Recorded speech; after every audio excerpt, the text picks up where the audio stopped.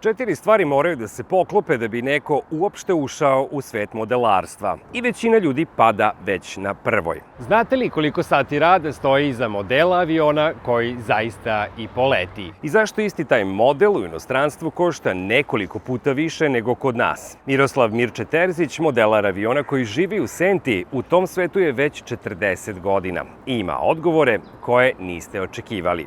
Dobrodošli u Air & Crafts, ja sam Nemanja Grujin. Uživajte! Miroslave, dobar dan. Dobrodošli u emisiju Air & Crafts. Za početak predstavite nam se.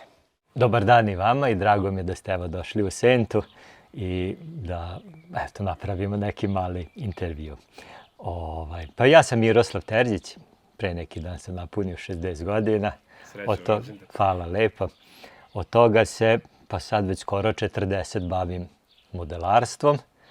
To je jedna pasija koja, eto, malte ne u 2/3 života se provlači. I interesantan je hobi, lep je hobi, to je eto, jedna od stvari što me zanima, ali konstantno. Bilo je nekih sitnih pauza, bilo je nekih, kako bi kazao, da se čovek malo zasiti ili nešto, ali na kraju se uvek vratiš tome. Tako da evo i dan danas se time bavim i nekako planiram dok bude mrdo da nećemo menjati. Sad kad smo stigli do ovde pa sad nećemo menjati hobi. Samo da je zdravlje, što kažu, kucamo drvo. Da će Bog. Živjeli ste i 35 godina u Novom Sadu, u Sentu ste se doselili pre 13 godina. Šta je bio inicijalni povod za selidbu? Pa ja sam rođen u Celju 66. i tamo sam živeo 4 godine. I onda smo se iz Celja doselili u Sentu. Moji roditelji su iz Sente, to je bio razlog. I onda smo krajem 78. aj 79. se preselili za Novi Sad. I 35 godina u Novom Sadu, tamo sam završio školu, tamo sam radio i 2014. početkom ili 2013. pred kraj smo rešili da promenimo sredinu, da ušaltamo život u 2-3 brzine niže i vratili se u Sentu. Bio je tu jedna,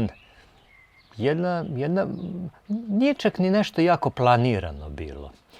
Tu su u oktobru 2013. se održavala modelarska manifestacija u Senti i onda, pošto sam ja imao tih velikih atraktivnih aviona u ono doba, mene zvali kao eto malo da prikažemo, užem, to je ovde jedna sala u centru, pa kao da stavimo malo tih, i da donesem ja te moje modele, to hoću da kažem. I mnogo smo se lepo proveli ta 2 dana, petak i subotu. Valjda je, ne znam, ja malo verujem u sudbinu onog tamo gore Božo, znaš, pa ti to namešta. I divno vreme, prijatni ljudi, osmesi, dečica gledaju.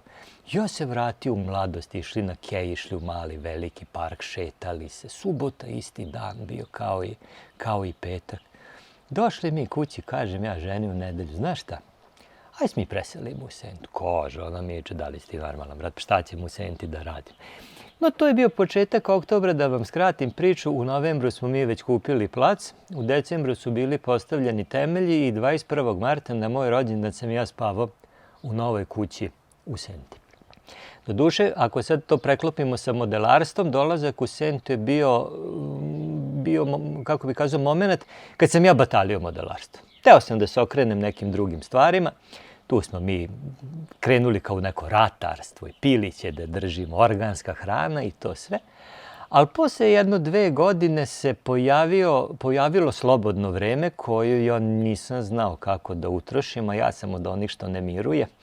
I onda sve to što sam delio, davao, prodavao sam, trčao okolo i kupovao nazad i molio da mi vrate. I tako da sam se onda, ne znam, konačno recimo vratio modelarstvu. To je bila zadnja pauza u tom nekom modelarskom svetu. Od tada do sada ste aktivni?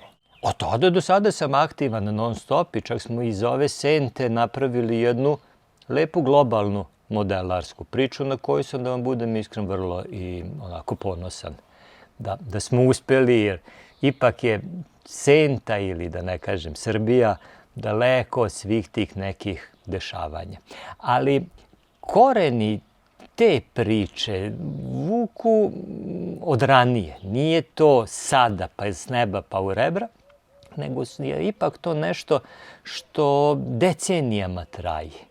I sve ovaj moj modelarski opus, kako da nazovem, je nešto što je jedan put. I nešto što radite danas uopšte ne mora da se valorizuje i da se naplati i da kako kažem, da dobijete, očekujete da će se to brzo vratiti. Dođe čak u nekom momentu, posle godina i godina. Ali onda se poklope stvari i kaže, viš ono što sam radio, sad sam mogao da pokažem, da kažem da smo radili ovo, ono, znaš.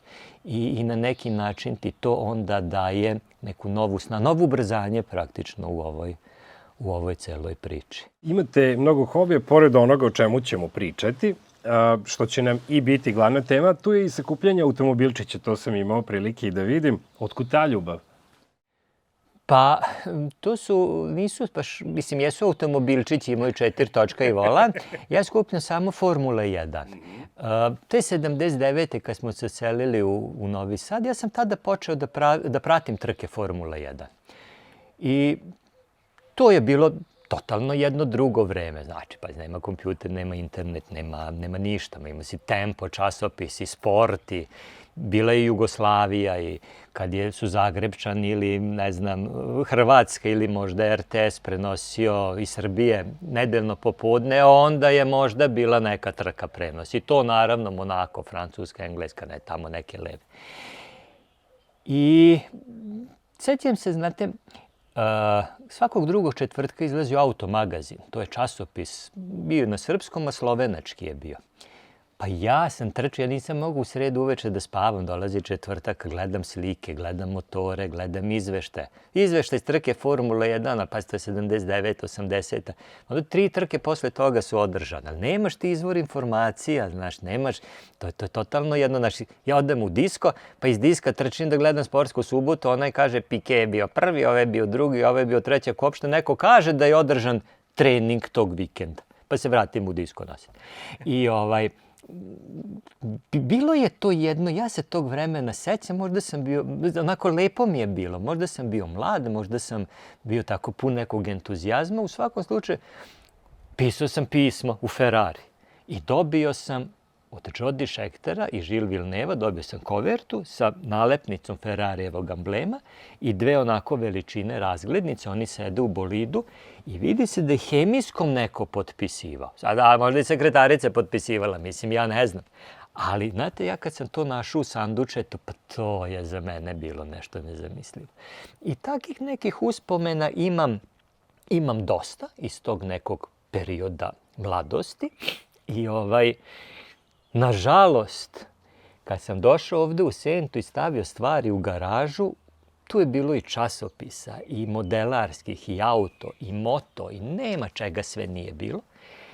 I jedan dan gledam onu gomilu tamo tog nekog materijala, pa između ostalog i te razne, u stvari, šta da radim s tim? Gdje da to poređem? Ja došao ovde plastenici, pilići, ko će? Znaš, uvek kad nešto tražiš, ne možeš da nađeš, znaš to. I ja otvorio kombi i sve bacio u kombi i na deponiju i pobacio. I sa tom gomilom je otišao album sa svim onim slikama, sa Mišeluka, crno-belim, s početka 80-ih, kad smo mi sa Zoljicama išli da gledamo Miksera i ne znam, tamo ekipu starih motoraša. Ja sam bio prisutan kad je on pao s motore, od tad se to zove Mikserova krivina. Ja bio tad. Imam slike, to jest imao sam. Sve te fotografije Formula 1, sve te neke nalepnice. Kad sam našao Miksera na fejsu, ja rekao daj da mu napišem jedan tekst tih nekih uspomena. I da nađem slike, slika nema. I onda vratim film, pa reku, gomili tih kutija, otišlo i to. I to mi je sada, znate, to su neprocenljive. To su vrednosti koje, to danas imaš fotoaparat, upališ, opizdiš 3 slika, znaš, i mislim, super. Ono je tada bio crno-beli film, i od toga pola slika ne uspe, a to što uspe, eto tako kako je, i nisu čak ni u nekoj rezoluciji, ali deo neke mladosti, deo nekog sećanja. I Tako da kažem, kad sad to sračunamo do danas, ta Formula 1 se menjala, išlo se tu i na trke, bilo je tu perioda kad baš nisam tako jako pomno ni gledao. Gledam moto trke, to je za nas praznik u porodici, petak, subota, nedelja, to vidi isključivo to. Ali realno do današnjeg dana se prožima cela ta priča. I ono što je još interesantno je da s početka 90-ih, kad je nastajao časopis Vrele gume, onda su, ja sad ne mogu da se setim, znam da se Bingold prezivao i Piroški, Pira, oni su prvi broj Vrelih guma, bili su suosnivači ili kako se kaže, to je štampano u Dnevniku. I onda je mene taj Bingold, a njegov stric je meni predavao struku u grafičkoj školi, pa se tako znamo. Mislim da se Željko zva. No, nije ni bitno. Onda on mene pitao da ja pišem za Vrele gume, to kao Mirče, znam da ti to pratiš, auto, sport, pa mene to onda nešto nije jako interesovalo. I ja pitam sad mi je kum, Zorana Živkova, Zoki, jel bi ti to? Mi smo gledali trke, pratili smo to i razgovarali o tome. Pa kaže Zoki, pa što da ne? Sve u svemu Zoki koji je završio pravni fakultet, ja ne znam da li u pravu ima 1 dan staža, ali sad ima jedno 30, skoro 35 godina ozbiljne novinarske karijere i nema gde nije bio u svetu Formula 1, od Ecclestona preko Schumachera, pa tamo naniže valjda je sve intervjuisao, obišao, ja mislim, sve staze na planeti gdje se održavaju trke. Tako da sam uspio njega ozbiljno da zeznam i da ga onako nekom putem koji mu nije bio namenjen, gurnem. I da sad završim, mislim, sa ovom formulom, gomilu fotografija i tako nekih vesti iz prve ruke, kad ode tamo i gleda, on se kreće u krugu tih ljudi, u krugu tih celog tog cirkusa što zovu. Onda imam, to mi je još jedan onako, kako bi kazao, nešto što me vezuje za taj sport. A što se tiče tih autića, nekada davno, mislim da je bilo 80. smo išli u Poreč na more i onda smo nekim hidrogliserom išli u Veneciju jedan dan na izlet. I sad naravno svi su gledali tamo trg Svetog Marka gore dole, a ja i moj jedan drugar iz Sente nađemo neku malu knjižaru i prodaju Formula 1.43 razmer. Pa smo kupili jedno 15 komada.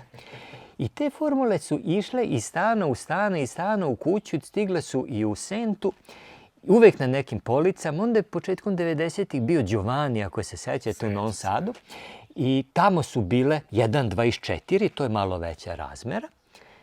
Ali kad smo došli u Sentu, to je toliko posla bilo da mi te formule jednostavno ostale su u kutiji, u šupi. Tu sve su u životu.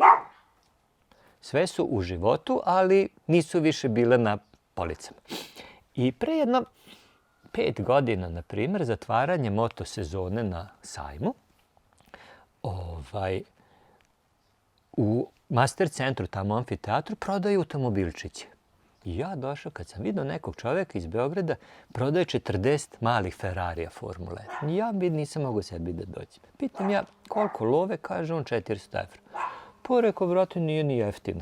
Kaže on, to jeste jeftino u odnosu koliko to košta kad se kupuje na komad. Ja rekao, vratit ću se ja, pa ću napravit ćemo neki deal. Ja sam znao ako se vratim da od toga nema ništa, da ću kupiti, pa se nisam ni vratio, a kamoli da sam uzeo telefon. Dođem posle kući i razmišljam, pa kakav sam ja? Pa znači, mogao sam, sad nije stvar upadna, to sad imaš, to nema da se kupi. Znaš, gde da odeš, gde da nađeš, ne? I ja na Facebooku gore, dole, levo, desno i nađem ja njega posle 1-2 nedelje i sve u svemu kupim ja tih 40 automobilčića od njega. Dobro, neka malo niže cena je bila na količinu, što bi rekli. A i on, znaš, kad će naći ludu da da tolike pare. Sve u svemu, tako je počelo. Onda sam vidio da na kupujem, prodajem ima i 1.18 razmera, koja je praktično najveća u tom, kako bi kazao, kolekcionarskom. Mislim, ima i veće, ali ovo je onako. I počeo sam da kupujem, ali to su polovne formule, pa neko je fali ovo, neko je fali ono, ali nisam ja puno patio oko toga. Meni bilo eto da imam i da me malo vrati u tu mladost. I tamo negde pred kraj te godine jedan čovjek iz Beograda stavio oglas, prodaje 2 neka bolida, mi se tu čuli i on to posle. Znam da sam trčao 31. decembra da do 4 sata stignem na poštu, da dignem paket. Ko će čeka 2. januar da se pošta ponovo otvori, pa ne možete dočekati. I onda smo se čuli uveče i ja njemu kažem, i razgovor, sve je stiglo, nije oštećeno, hop, cup, opleli mi od 6 do ponoći. 6 sati, nikad u životu nisam pričao s njim, pazi, 6 sati. Kaže on, ja nikad bolje doček nisam imao. Ja rekao, verujte, i ja isto, baš sam uživao. Jel imate vi toga još? Kažem.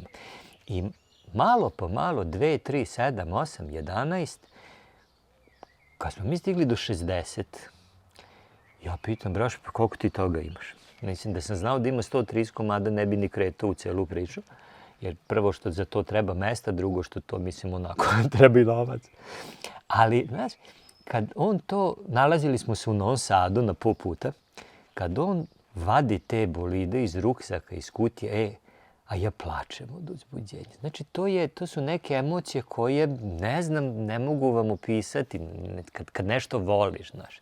I onda kad vidiš to, i to je nešto nesvakidašnje, to imaš sad, i to nema da odeš sad ti negde da kupiš. Ili možda i može da se nađe, ali uz velike peripetije, slanje iz Evrope, iz sveta, carina, poštarina i tako dalje.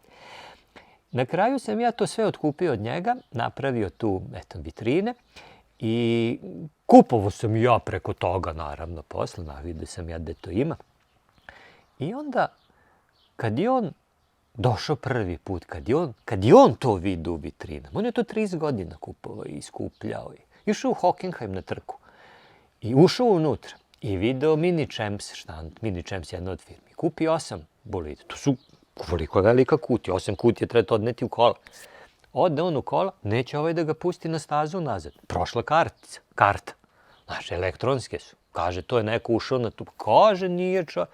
I onda se setio pa izvadio račun od ovih autića da pokaže da je bio unutra. Mislim, tako da ima, znaš, interesantnih priča. Ili ima tamo neki koji je vozio neki Japanac, pa taj bolid je stigao iz Amerike, kupljen od Japanca, na primjer. Da, sad skratim. Tako da, eto, imam i tu jednu lepu kolekciju Formula 1, ali za razliku od modelarstva, to je onako statički hobi koji raduješ se dok ne dođe i staviš u vitrinu, malo glediš i onda daj sledeći, pa sledeći. A nema kraja, znaš, bilo je već ovaj 70, ne znam koji šampionat, pa po 20 bolida, pa to, znaš, možda ih naređeš punu kuću.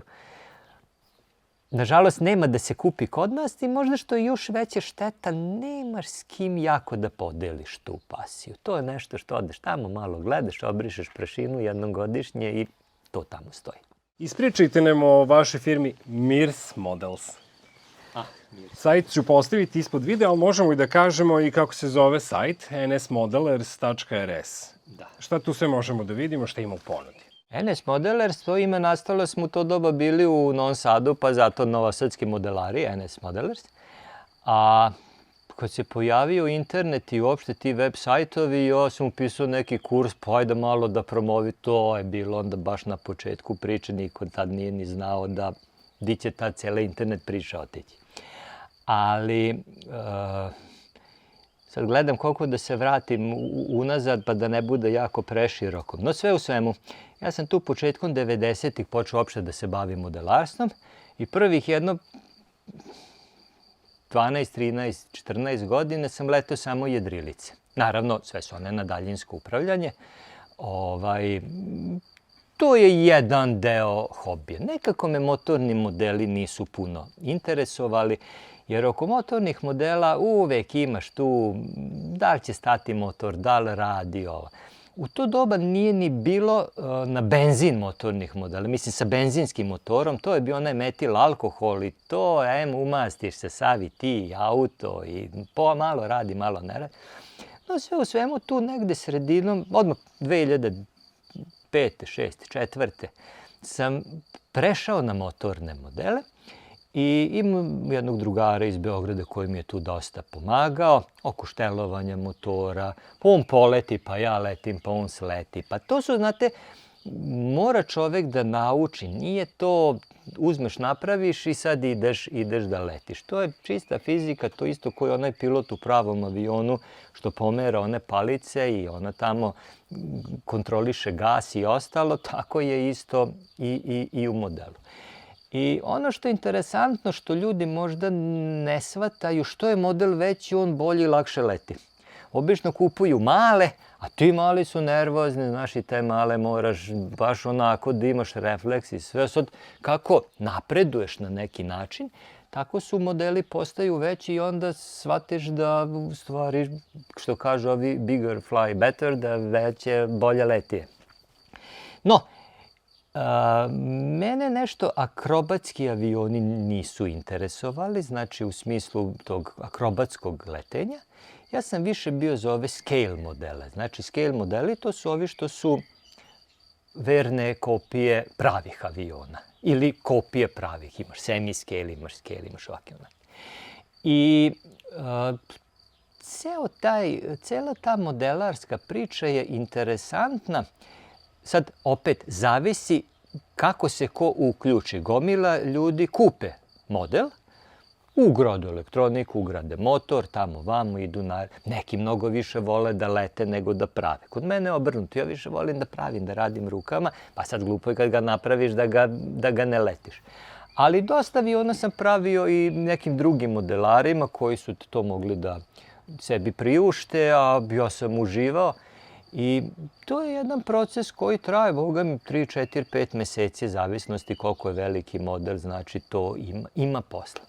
Ali, znači ja pravim modele iz kitova. Znači, kupiš kit, u kitu su ti svi delovi rebra trupa, rebra krila, horizontalnog, vertikalnog stabilizatora. To se sve ulepi, tamo uglavnom obično imaš plan i držiš se tog plana.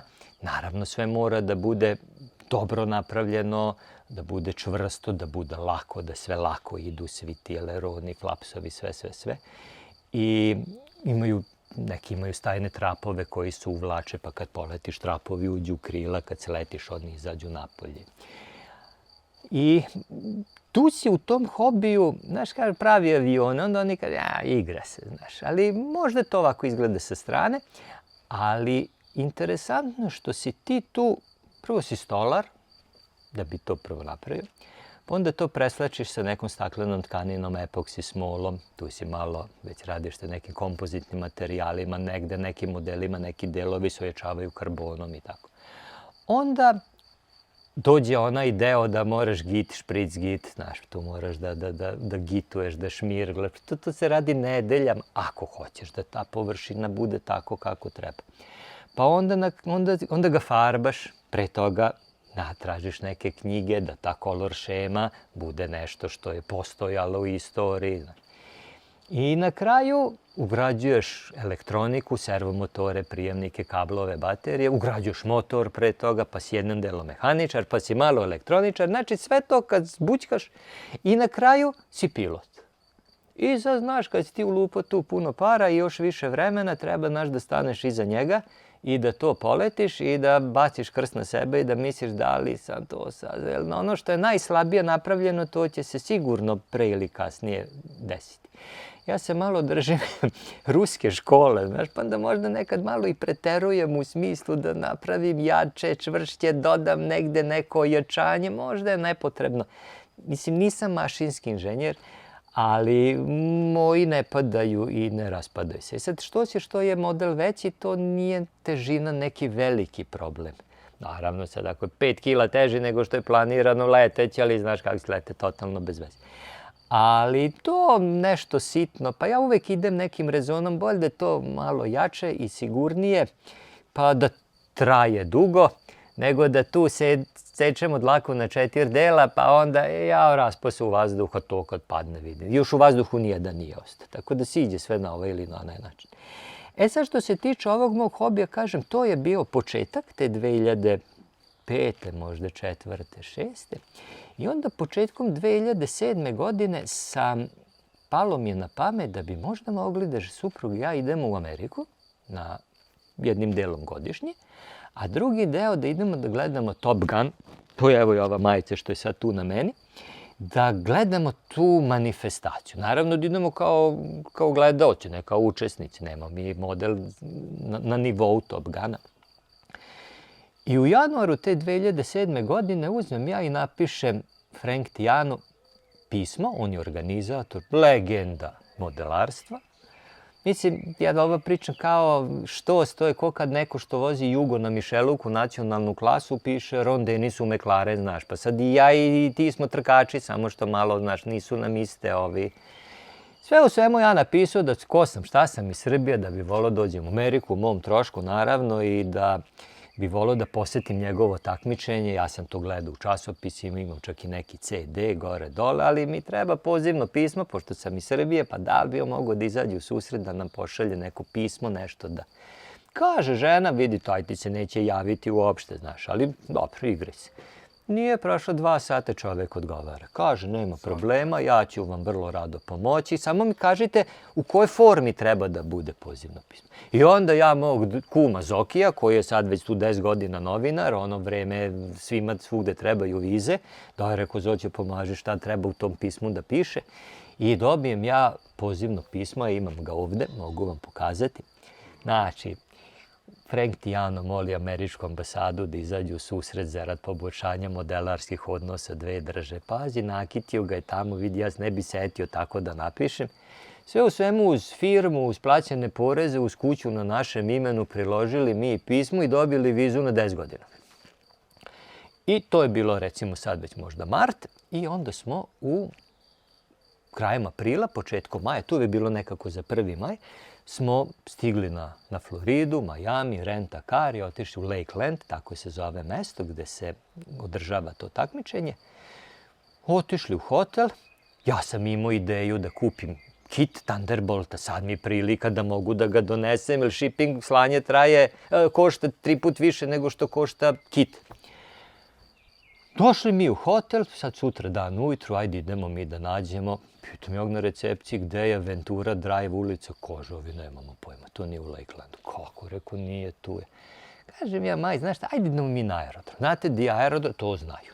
Onda smo izašli na autoput, izlaz taj, to sam. Znaš, mene je fascinirala Amerika, prvi put sam bio, nenormalno su velike razdaljine, znaš, i te tržne centre, bigove i to što nama tu uvaljuju, to je tamo jedan koncept života kad ti odeš i tamo imaš i frizere i za nokte i garderobu i akumulator za kola i sve živo, nađeš i hranu, sve na jednom mestu, znaš. Jer to takav način života da imaš markete i to kod nas to ne pije vodu. No, stigli mi na aerodrom, sad ušli, aerodrom, pazi, to je Surčin puta 10.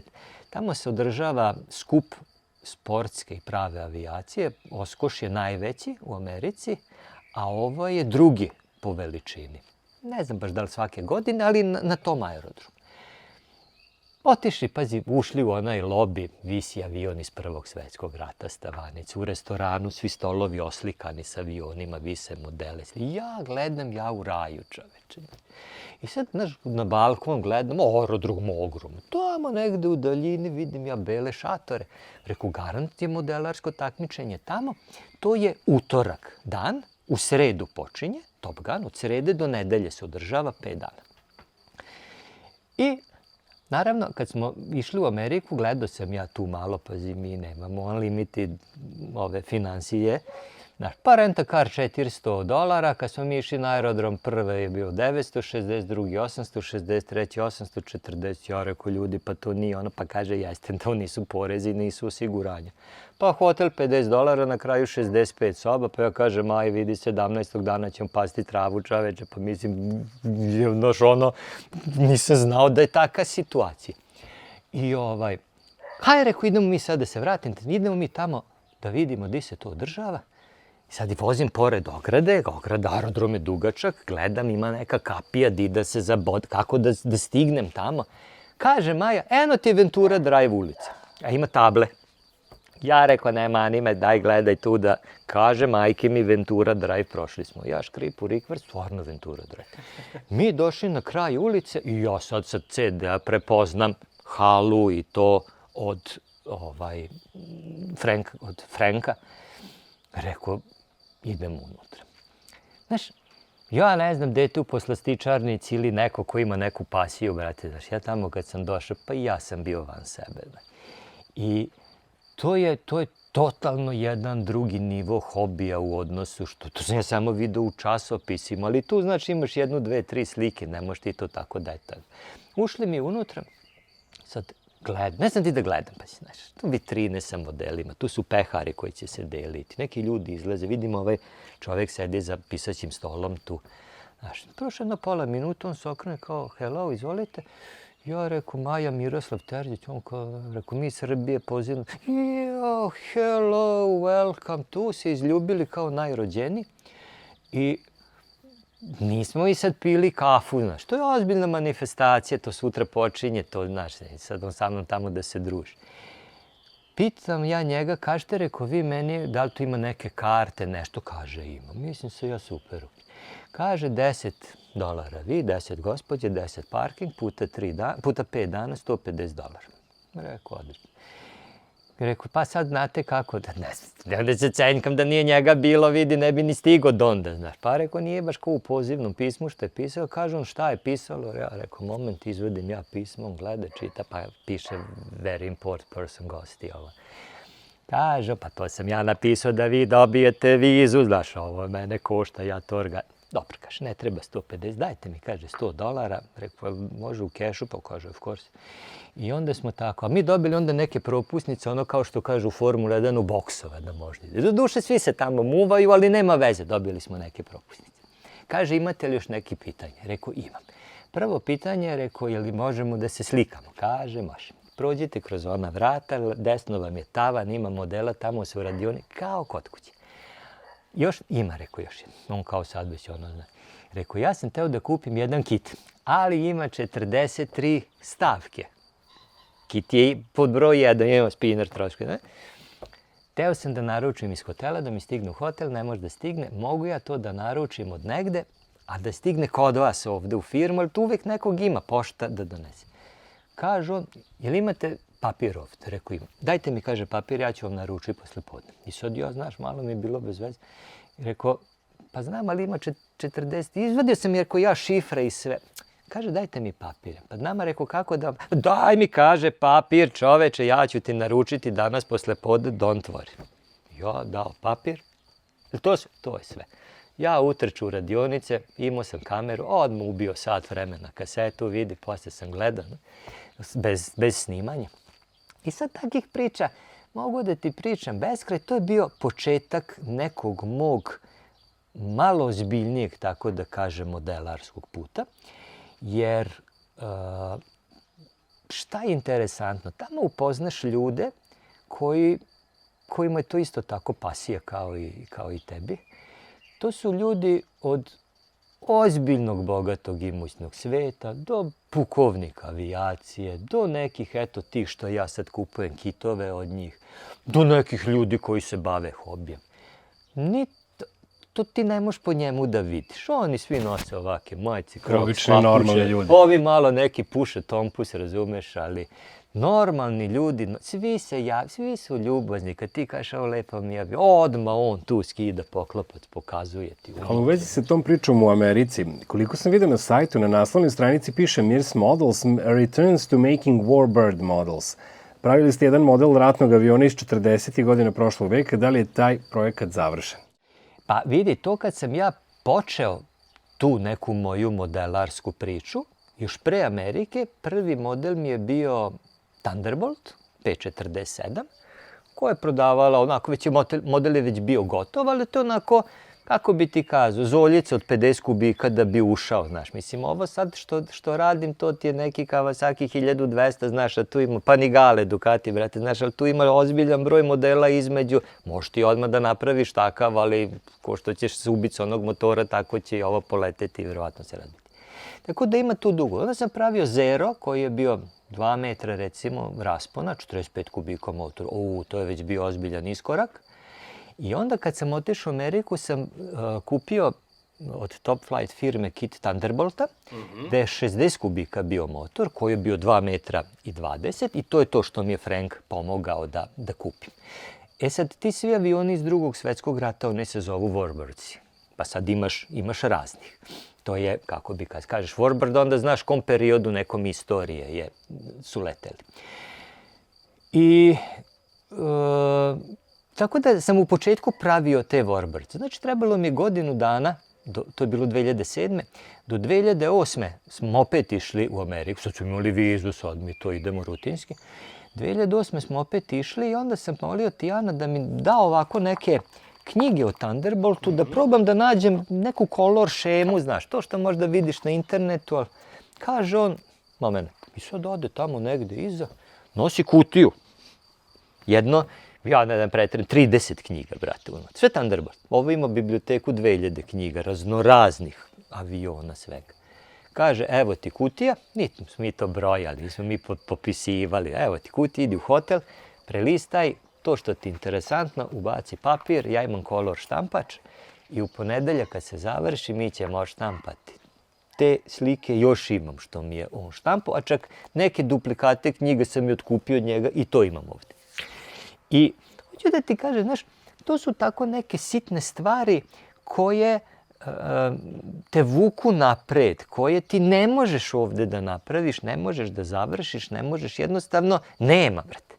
Znaš, a tamo je to na tamo ipak to na jednom daleko većem i višem nivou.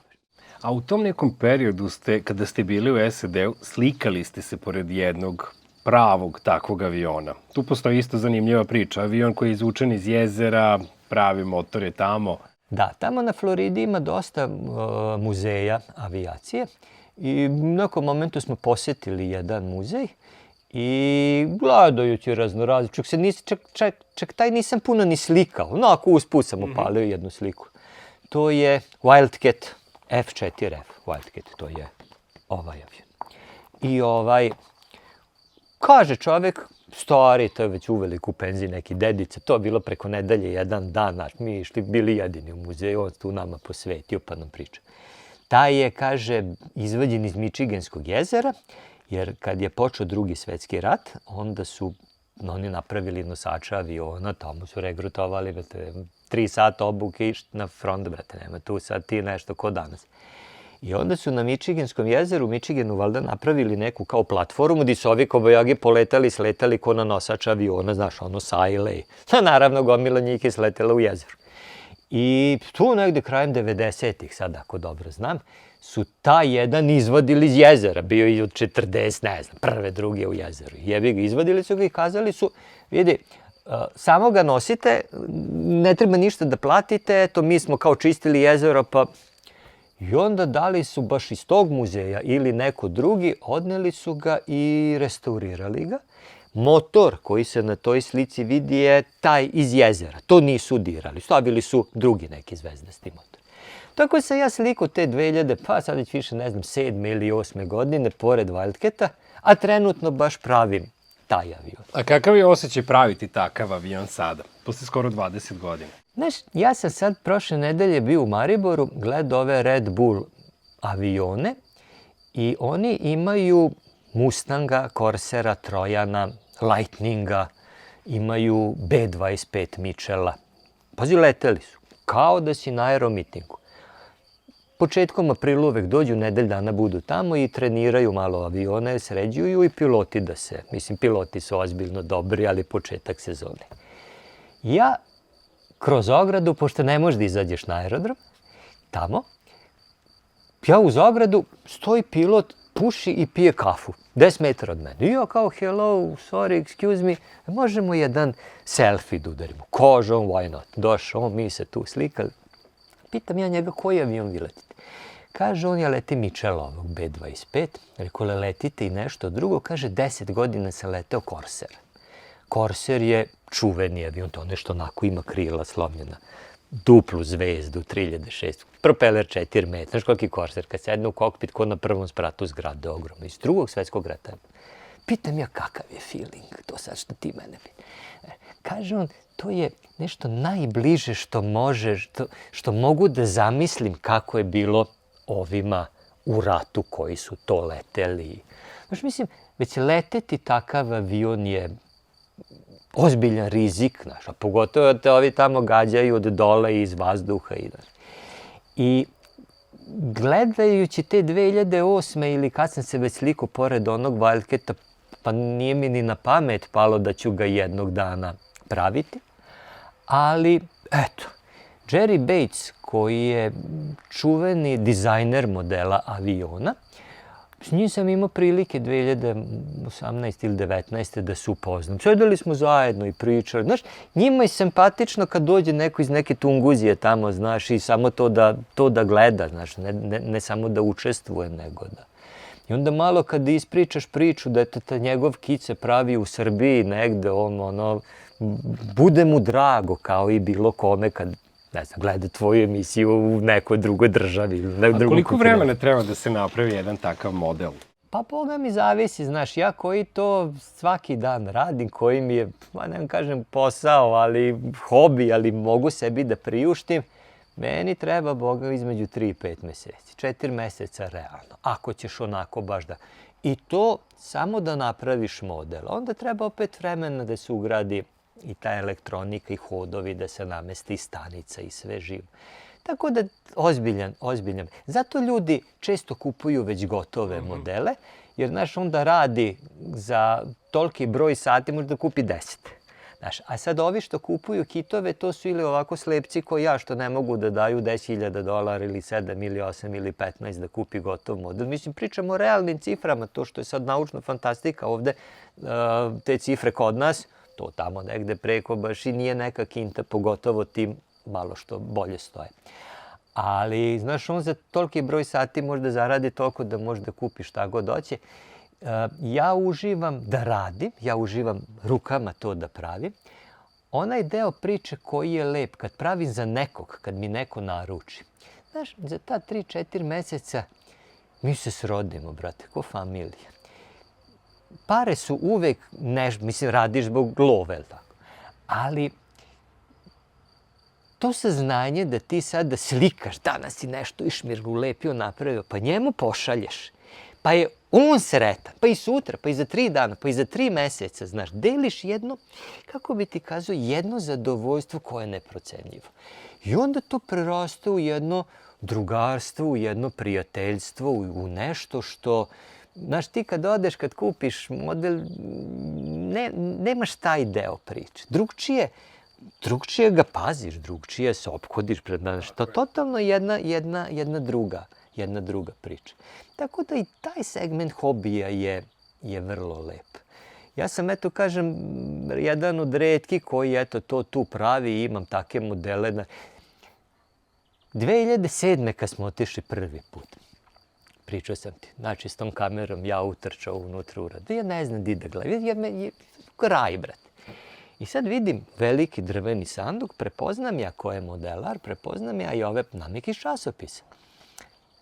Taj model su poslali 3 meseca ranije sa Tajlanda. Čovjek živi na Tajlandu. To je stiglo na Floridu, oni su došli dan, 2 ranije, oni sad to vade, sastavljaju veliki avion, nose ga na aerodrom, sutra počinje takmičenje. I ja se tu šunjem sa kamerom okolo, naokolo. Nisam ja prilazio, nisam smet. Ali vidim da im nešto baš ne ide, znaš. I okrene se ovaj u jednom momentu i kaže, sorry, excuse me, nemojte, kaže, snimati. Ja, mislim se, nisam ni ušao, već sam zezno stvarno. Ja, reku, i odem ja dalje. Sutra dan mi na aerodromu, to je red šator, jedno 300 metara, Frank vozi onaj mali beli golf auto, a što ko će tu ići peške gore dole, stalno ga neki cimaju, nešto pitaju. Kaže on meni, vratit ću se naravno na ovog što sam snimao, samo da se vratim na ono što mi je naručio delove. Kaže on meni, Miro, on mene zvao Miro, da vam kažem, juče sam vam naručio sve, fale 3 dela, spinner, repni točak i ne znam treći. Pazi, on od onolike manifestacija razmišlja o moje 3 dela. Znaš, mislim, to je nešto što, kako bi, delimo isti hobi, ali I sad kad se vratim ovog što je kazao da ne snimam, ja njega sretnem, kaže on hello, kaže on meni čovjek, sorry, moram da vam se izvinem. Ja rekao što? Kaže, juče smo malo bili nervozni, nije nam baš nešto išlo, a vi tu kao znaš. Ja rekao, ja izvinite vi, pa nisam znao. Pazi, čovjek je ozbiljan milioner, ali i ozbiljno bogat čovjek. Ovaj njegov, pošto on ima klase koja se zove tim. Jedan pravi, a drugi leti, pa su oni kao tim. Ovaj drugi je pukovnik avijacije, otišao u penziju ko puku. Leteo je, valjda sve američke avione. Bio je test pilot kad su Force One 90. godina, onaj predsjednički avion, onaj jumbo jet, updateovali. Oni se meni izvinjavaju, čuj meni iz Novog Sada. Kaže on, vidite, i sad odakle ste iz Srbije? O, znaju dio Srbije, ovaj radiomater priča sa nekim iz tu Pančeva. Pa su ja provjeravao, stvarno ima takav radiomater u Pančevu. Sve u svemu, sedite tu pod naš šator, ovdje je toplo, znaš, tamo 35 stepeni, već u maju mesecu izgoriš dok si kazao keks. Tamo vam je frižider, uzmite cugu gore, dole. I mi smo se jako lepo sprijateljili, znaš. Sad pre jedno 4-5 godina, sad moram bi već ja da pogledam, sam tom pukovniku pravio model. Znači da mi 2007. kazao neko je Miče za 15-20 godina ćeš mu praviti avion, bi kazao dobro. Znaš, pravio model i slao u New Jersey, on je živi na Havajima, a ima i kuću ovamo, pa je leti tamo, zimi ovde. Neki njegov komšija modelar, pravio sam i tom model, pa ovaj kad je vidio, kaže, di si to kupio, ko pravi? Pa kaže, neki Mirči Srbi. Pa kaže, ovo ja ga znam, če. I onda mi je naručio. I tu su te neke modelarske priče koje moraš da budeš deo sveta da bi na neki način učestvovao u svemu tome. I onda kroz tu priču ti nekako napreduješ. Te 2007. 2008. tada Mirs Models naravno nije postao. Ja sam bio modelar koji sam pravio avione za mene. 2011. sam, kad sam sad već ne znam koji avion pravio, naravno Frank mi je idu, pazi, kupim ja za 2009. kupim Hellcata. Sad, ja sam kupio kit, ali su mi poslali greškom delove za plastični trup. I, pošto se to ne može da se spari, drveni trup i plastični trup sa ovim delovima, onda sam dobio delove pa sam praktično imao za 2 aviona, imao sam i plastični trup. Nabavili su mi umeđu vremenu tamo. Plastični trup kutije ko ovaj 100, brate, znaš koliko kutije, 2 metra i nešto ovaka, kartonska. Maja i ja u hotel nosimo kutiju, Maja i ja iz sobe nosimo kutiju. Dodge Caliber ovako sedi do instrumentable, jer je iza kutije, brate, ne može sesti u auto. Sad ja razmišljam kako ja donesem to u Srbiju, sad prijavit ću ga ko kofer, znaš, ali kažem ja Franku, slušaj, rekao, ajde ti meni napiši papir da sam ja bio drugi na takmičenju. Kaže on što? Drugi sam bio i to je nagrada za drugo mesto, znaš, da ne bi platio tu carinu porez da me ovi ne zazaju na surčinu, kaže on. Bože, ajde, imam papir enoga tamo. I sad sleteli mi u Beograd, pazi, sad svi izlaze, izašao na onoj traci moja kutija. U kutije mi stavili patike Mickey Mouse da napunimo 25 kila, znaš kako li? Stavili na kolice, idemo i mi prema izlazu. Kad došli mi do izlaza, kaže carini, gospodine, jo se pravilo, kao vi, talking to me, da, kao vi sa kutijom, dođite ovamo. Ja rekao, izvali, kaže šta je to? Ja rekao, ja sam modelar, bio sam u Americi na takmičenju, bio sam osvojio drugom. Šta vam pričam? Rekao, evo papir. Kaže on, čestitamo, izvolite. Tako da, znaš, tu su štosovi kako smo se mi, pa mislim da se nalažemo i dan danas kako se dovijamo, znaš, da dolazimo do robe, opreme gore, dole, ali bez tako neke podrške tamo, kojima si ti prvenstveno simpatičan i vide da to onako iskreno i radiš, to ne može nešto. Sada je lakše, sad je internet, sad možda naručiš, sad tu ima, ne znam, kombinacija. Ali pričam ti pre skoro 20 godina su to bile, znaš, neke druge priče.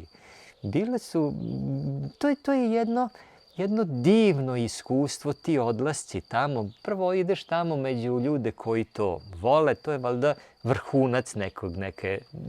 Čak ni ne učestvuješ, ali gledaš to sve, biti tamo i družiti se sa tim nekim ljudima. To je što vidiš po časopisima, što ih vidiš na svetskim prvenstvima. To su Rossi, Schumacheri modelarstva, znaš. I sad ja se uguro tamo.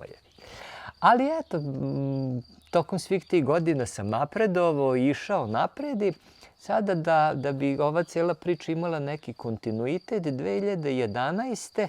sam smislio da sad glupo mi da kupujem opet neki kit, ne bi bilo loše možda da mi napravimo neki kit. Pričam u množini, jer ja sam modelar, ali možda bi mogo da nađem neko ko tu crta u 3D programu nešto pa da... Jer jako je teško ovako uzmeš pa napraviš. Mislim, može, rebra pa sečeš, ali to je neprecizno, to uglove ne možeš da podesiš, to znaš, kad se to nacrta u 3D program. A pričam ti, 2011. sam ja smislio da ja napravim moj kit neki. I šta bi to moglo da bude? Na Čenejskom aerodromu ima Galeb G2. Amidža imao svoj avion, posle tomu bila Jakro grupa, imam sve mere, mogu da ga slikam. I ja na nekom modelarskom našem domaćem forumu kažem šta je ideja, javi mi se tu jedan momak koji zna da crta u 3D programu i koga bi to interesovalo. Onda se ispostavilo sasvim slučajno da je majin školski drug ima laser, mašinu što seče drvo, kao CNC, samo seče sa laserskim zrakom. I tu se onda formirala jedna mala ekipa gdje sam, ja bio modelar, imao za kooperacije, znam kako se radi, ovaj zna da crta, a na kraju ćemo seći na laseru. Love nema, znači kad budemo imali proizvod, pa budemo prodavali kitove, možda ćemo nešto i maznuti, ali sad trenutno svi rade za slavu. Kad sam bio, te godine u Americi, onda sam sedao na nekoj večeri, pored mene je bio vlasnik firme Da Vinci Machines. To možete naći na internetu. To su 5-osni, 6-osni CNC u ono doba, pre 15 godina. I onda ljudi, ovi što prave scale modele, takmičenje se sastoji iz dva dela. Jedan deo je da ti staviš model na sto i daš sudi dokumentaciju. I on gledajući tu dokumentaciju gleda nijanse, boje, oblik trupa, ne znam, na kraju nitne sve te neke detalje, pilot, instrumente, sve. Nekad se gleda sa 5 metara razdaljine, a nekad može da priđe da gurne nos maltene u kabinu. I sad pola ocene dobiješ za taj statički displej, a druga polovina je da moraš da letiš model, tako scale kako pravi model leti, napraviš 10 figura. I sada, kad se vratim kod ovog što je imao te CNC, znaš, kad ti odneseš Thunderbolta, a onaj sudija već vidio 50 Thunderbolta, onda on već ima nešto što zna da ovo je moglo bolje, ono je napravio ovako, onako. A kad ti staviš model koji nikad nije vidio i kad gleda dokumentaciju, onda može da ga upoređuje samo sa tim papirima i slikama, znaš. I onda on meni kaže, i onda ljudi njega pitaju, da li možda nam napraviš tajni trap, da li možda nam napraviš spinner, da li može. Kaže on, ja sve mogu da napravim, ali mora da sedne neko i da to prvo nacrta u 3D programu. Sad, isto se crta i za 1 i za 1.000.000 komada, znaš, mora. A problem je što je tada $60 koštao sat vremena crtanja u 3D programu. Martin i ja smo proveli, ne preterujem, 300 sati crtajući Galeb. 300 sati. Mi smo godinu dana, kod da smo se zabavljali, sedeli jedan pored drugog i tamo crtali. Znaš, svaku liniju, svaki žljeb, svaki deo se treba tu ukomponovati pa ispeglati. I na kraju smo napravili Galeba u petini razmere, znači 5 puta manjeg. Ja kupio mlazni motor za tog Galeba i to sve.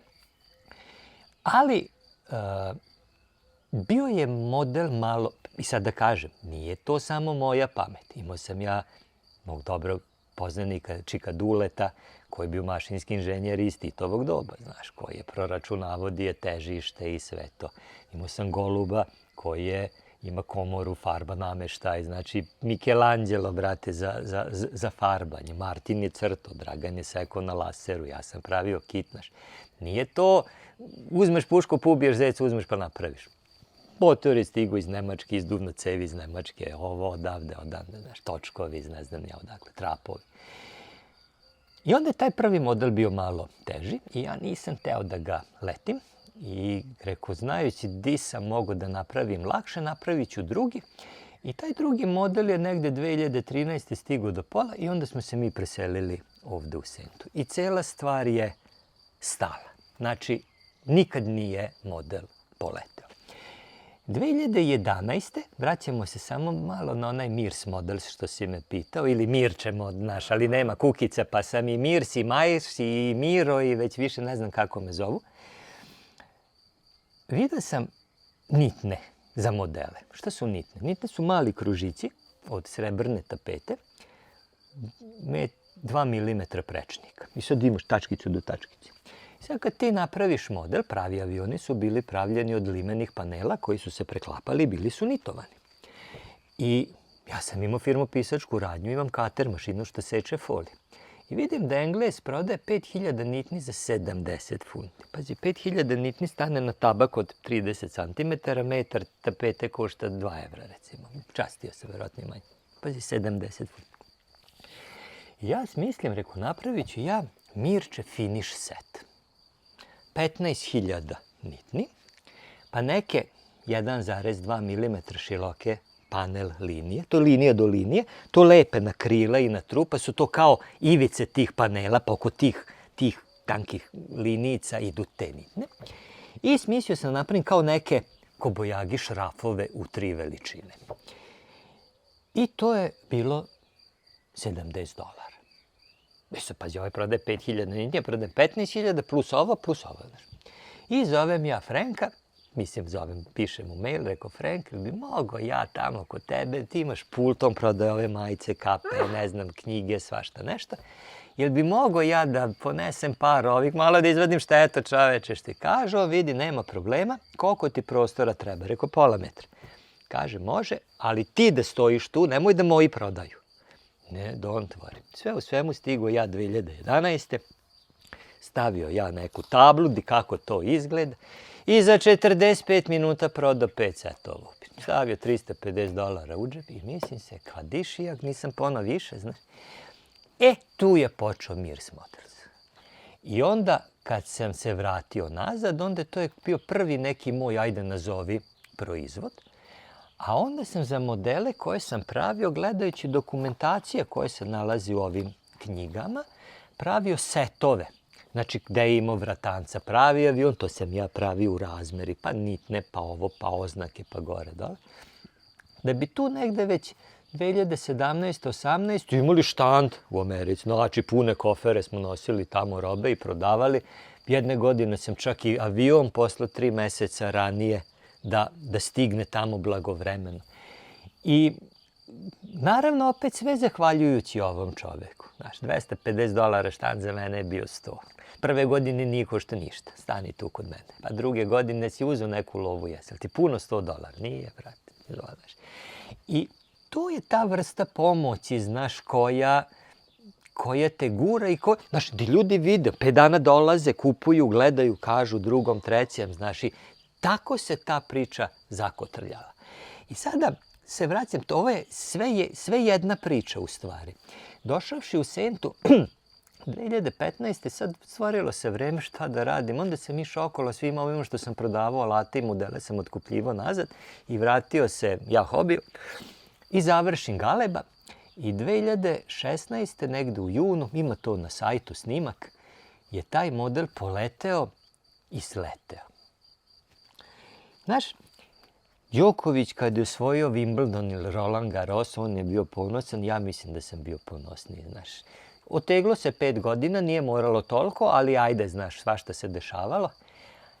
I ja kažem, pazi, ja 3-4 godine stanicu nisam uzeo u ruke, ne da letim. I sad treba da letiš model koji nikad nije leteo, za koji nadajmo se da je težište dobro, da je turbina, da će sve raditi, da se, ne znam, neće raspasti u vazduhu. Najteži deo letenja za mene lično je sletanje. Znaš, u vazduhu ti napraviš neke figure, baš treba ozbiljno da zezne stvar, da padne dole. Poletanje to još Bož pomozi. Ali sletanje, znaš, treba da podesiš brzinu i ugao i da on lepo to fino sleti, da ne oskoči ovako i da ne bude. Ja sam najviše problema imao tu oko sletanja, kroz tu moju neku modelarsku karijeru. Imao sam ja jedan avion sa mlaznim motorom pre toga, to je bio Panter, on je bio iz kita isto pravljen. Tako da je Galeb bio jedan logični nastavak tog Pantera, gde su turbina je bila veća, težina je bila ista, ali Galeb ima 40% veću površinu krila i teoretski morao je bolje da leti, razumeš, ili opterećenje ne bi bio toliko brzi. I tu u junu, znaš, kad je taj avion već bio gotov i sad znaš kakav, ja nisam ko Rusi da idem pa letim sam, pa onda kao objavim bio. Ja sam razglasio ko radio Mileva, to su svi znali, da taj dan u 5 sati poleće Galeb. Došli su i Šapci iz Beograda, bilo ih je 200 tamo na aerodromu i modelara i ovakih i onakih. Pre nego što ću otići na aerodrom, ja napunio kadu pa legu u toplu vodu. Pa razmišljam, znači ovo spustiš flap, digneš flap, strapovi gore, dole, pa 20 puta sam, znaš, ja kroz glavu prošao šta to treba. Stigo na aerodrom, sastavili, sad naš ljudi gledaju, pitaju tu, znaš, mislim, treba jedna koncentracija, treba tu malo. Sad kad smo ga već postavili tamo, onda sad tišina, znači ništa više, zuja, kamere, snimaju. Znaš, mislim, ja ti sad pričam iz prvog lica, ja sam u transu, brate, ja uopšte ne vidim nikog okolo, maksimalno skoncentrisan na to da nešto ne zaboravim, da nešto ne previdim, I model je poleteo, bravo, znaš, napravili mi tu par figura, jedan spori prelet, izbacili trapove da vidimo da je sve izašlo i sad idemo zadnji zaokret, spustili flapsove i sad treba da se sleti. Veruj mi, Gospod Bog je sleteo sam. Ozbiljno ti kaj, evo suze mi idu, majke. Znači, ja valjda nikad u životu bolje sleteo nisam. Znači, lepo, ugao, sporo, onako, seo model, rulo. I onda, znaš, kad sad računaš da smo mi iz neke Srbije tamo to od ničega napravili, to u ono doba nije bilo puno na svetu. Da crtaju 3D programu, da imaju da imaju model, da slete, bre. To je bio jedan ozbiljan ponos, koji mene je zadovoljio. To je bio vrhunac moje modelarske karijere. To je bio pik i posle toga je ili ostalo isto ili možda nije bilo to. To je bio highlight i tu posle toga više nema priče. E sad šta je štos? Zašto ti sad se ovo pričam? 2016. ili možda već i 17. Davno je bila. Tu sam ja u Senti, gledam ja internet i vidim nekog Italijana na Facebooku. I u zaglavlju umjesto slike ima nacrtan model u 3D programu. Ja njega pošaljem poruku, hello, levo, desno, šta vi radite, radim to, pa izmenjali mi tu 2-3 poruke. On je čovjek mašinski inženjer, dugogodišnji modelar, vrhunski pilot. I on crta u 3D programu modele, kitove, prvenstveno za sebe, ali posle te crteže prodaje. 100 evrića crtež, a ti sad ošteći na laseru, testericom za OTP, na CNC-u, ti u tom fajlu imaš sve što ti treba da možeš da ga napraviš. Pitam ja njega, mogu ja vas da nazovem? Kažu, nema problema. I tad smo mi opalili divan od 58 minuta. 9.000 dinara sam dobio telefonski račun. Nema WhatsApp i Viber u to doba. Ali, znaš, kod prosječnog Srbina taj se ne bi uvatio za telefon i tu bi modelarska priča verovatno stala. Šta je strast? Da. E sad, ja sam za 58 minuta saznao toliko stvari da sam mogao 3 godine surfujem i da gledam časopise, pa to, znaš, kad iz prve ruke čuješ, brate, neko ko se bavi, neko ko je inženjer, neko ko to napravio, ko je to leteo, znaš. I pričao sam ja njemu i za Galeba, naravno, jer imam i ja šta da ne. Posle nekog vremena, kad smo se čuli, pitao mene, ali bi vi meni mogli da isečete jedan kit u Srbiji? Znači, da nije bilo Galeba, ne bi došlo do tog pitanja, ali mi smo taj put smo prošli. Ja rekao, vidi ovako, ja nemam laser, ja imam drugara koji ima laser, on nije modelar. Ja ti mogu samo obećati kad fajlovi dođu kod mene, od mene dalje neće ići. Znaš, kad ti da fajl, on ti dao sve, brate. A ja ću ovo, moram dati fajl da pitam koliko će koštati, kako drugčije. I on meni pošalje za Saibra, taj što sam sad išao u Maribor da ga gledam. Ja poslam Draganu, Dragan kazu cenu. Ja kažu ovom cenu, kaže on može. Naravno, u ceni i materijali, poštarina i neka Draganova zarada, brate. Kaže meni Dragan, znaš, kaže, a šta ćemo ako fali neko deo, ko će platiti poštarinu? Pa neću valjda ja, čoveče, pa znači imaš sve tu, gledaj da ne fali. Naravno, ništa nije falilo. Ali pričam ti, to je taj, znaš, neki... Dobro, stiglo to u Italiju, papa, ćale njegov, počeo da pravi, savršeno se sve uklapa. Pitao mene, imam ja još jedan model.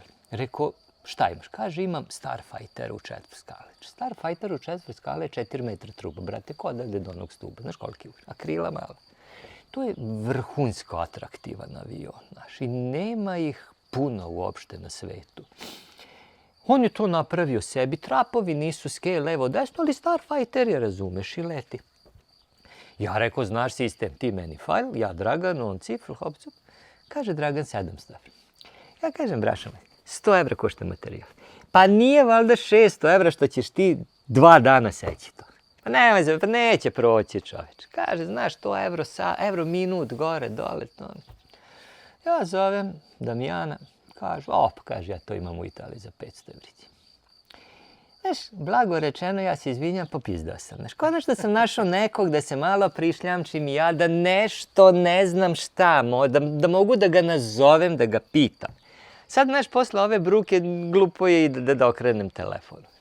Kaže meni Maja, kupi ti laser.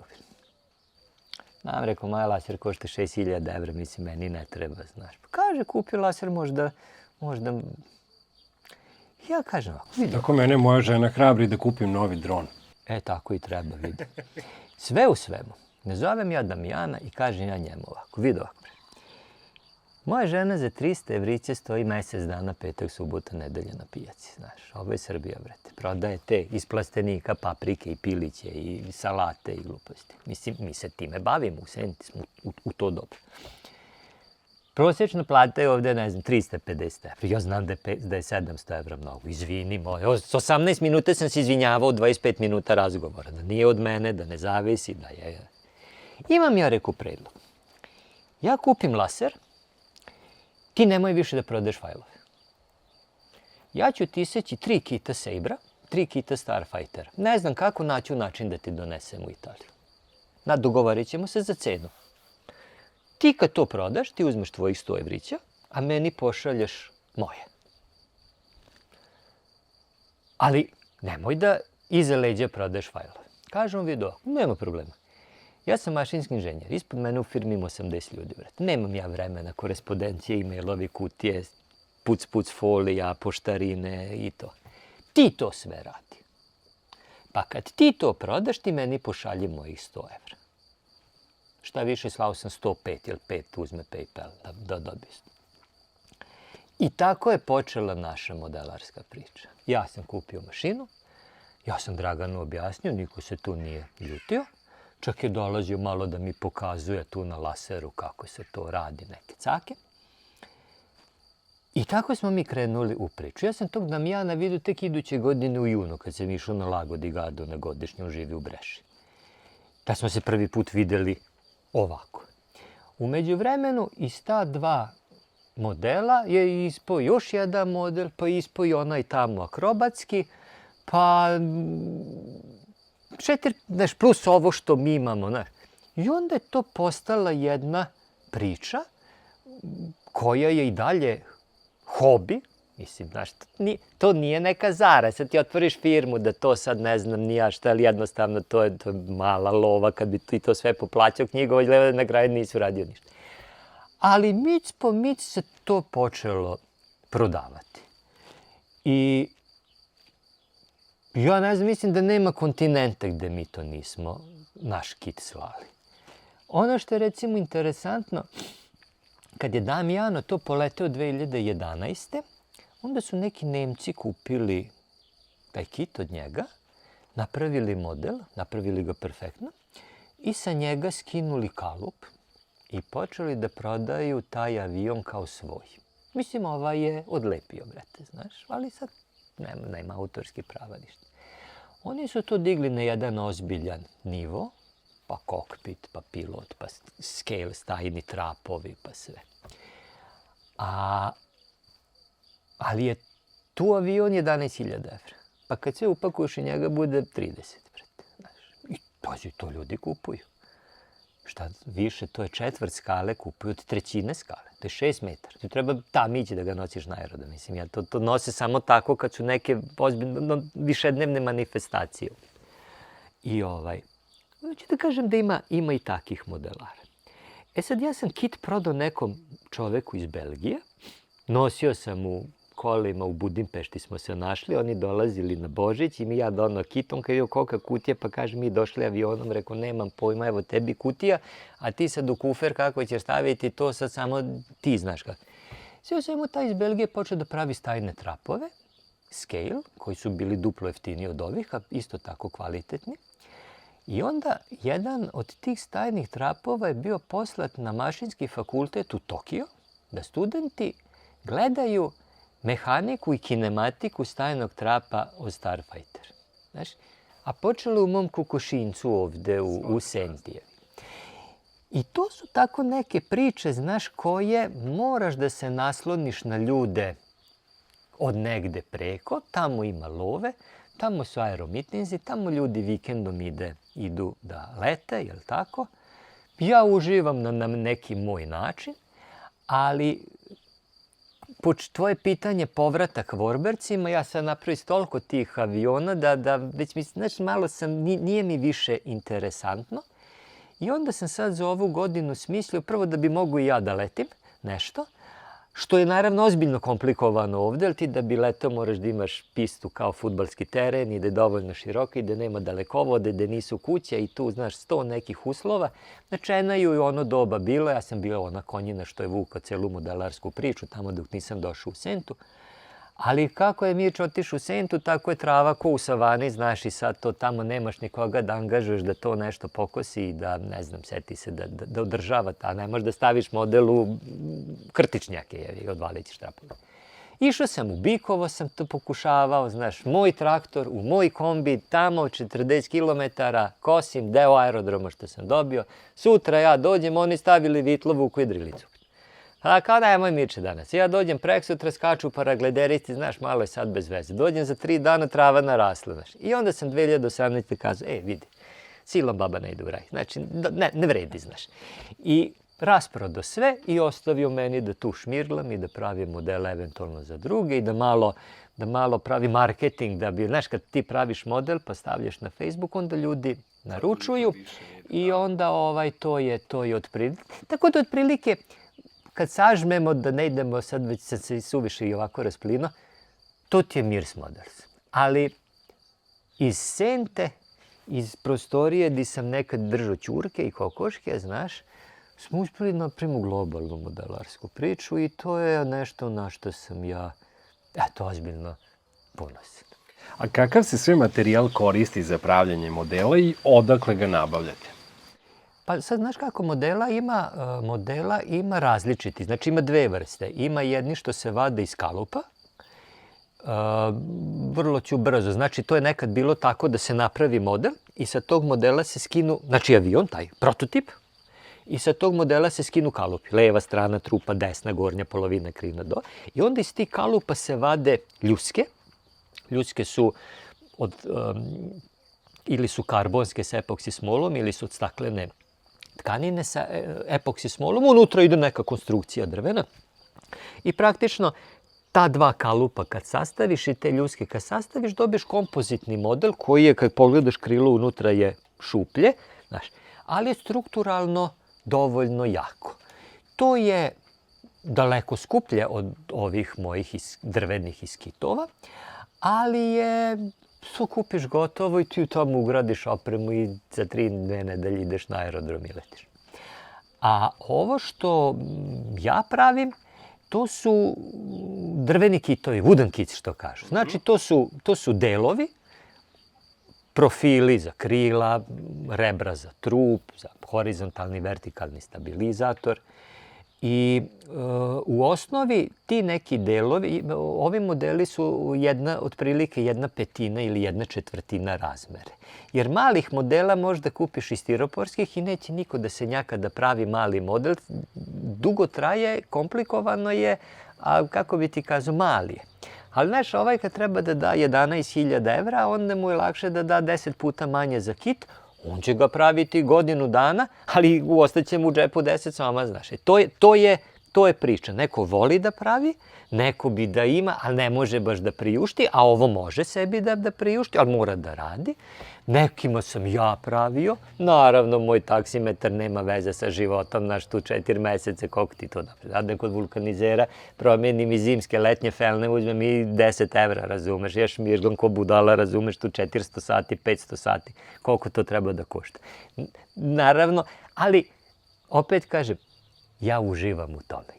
Ja to ne smatram poslom. Znači, kane tu nešto. Kad dobije materijal i to, to nema veze. Ali,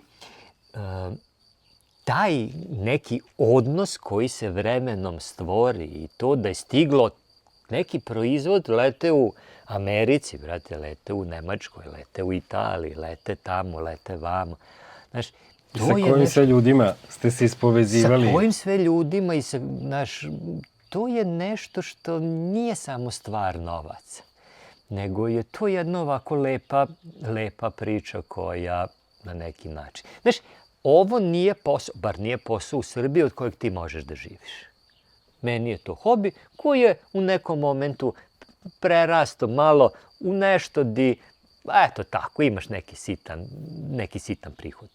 Ali, pitanje, znaš, i preko da li možeš od toga, to jest koliko možeš da prosperiraš.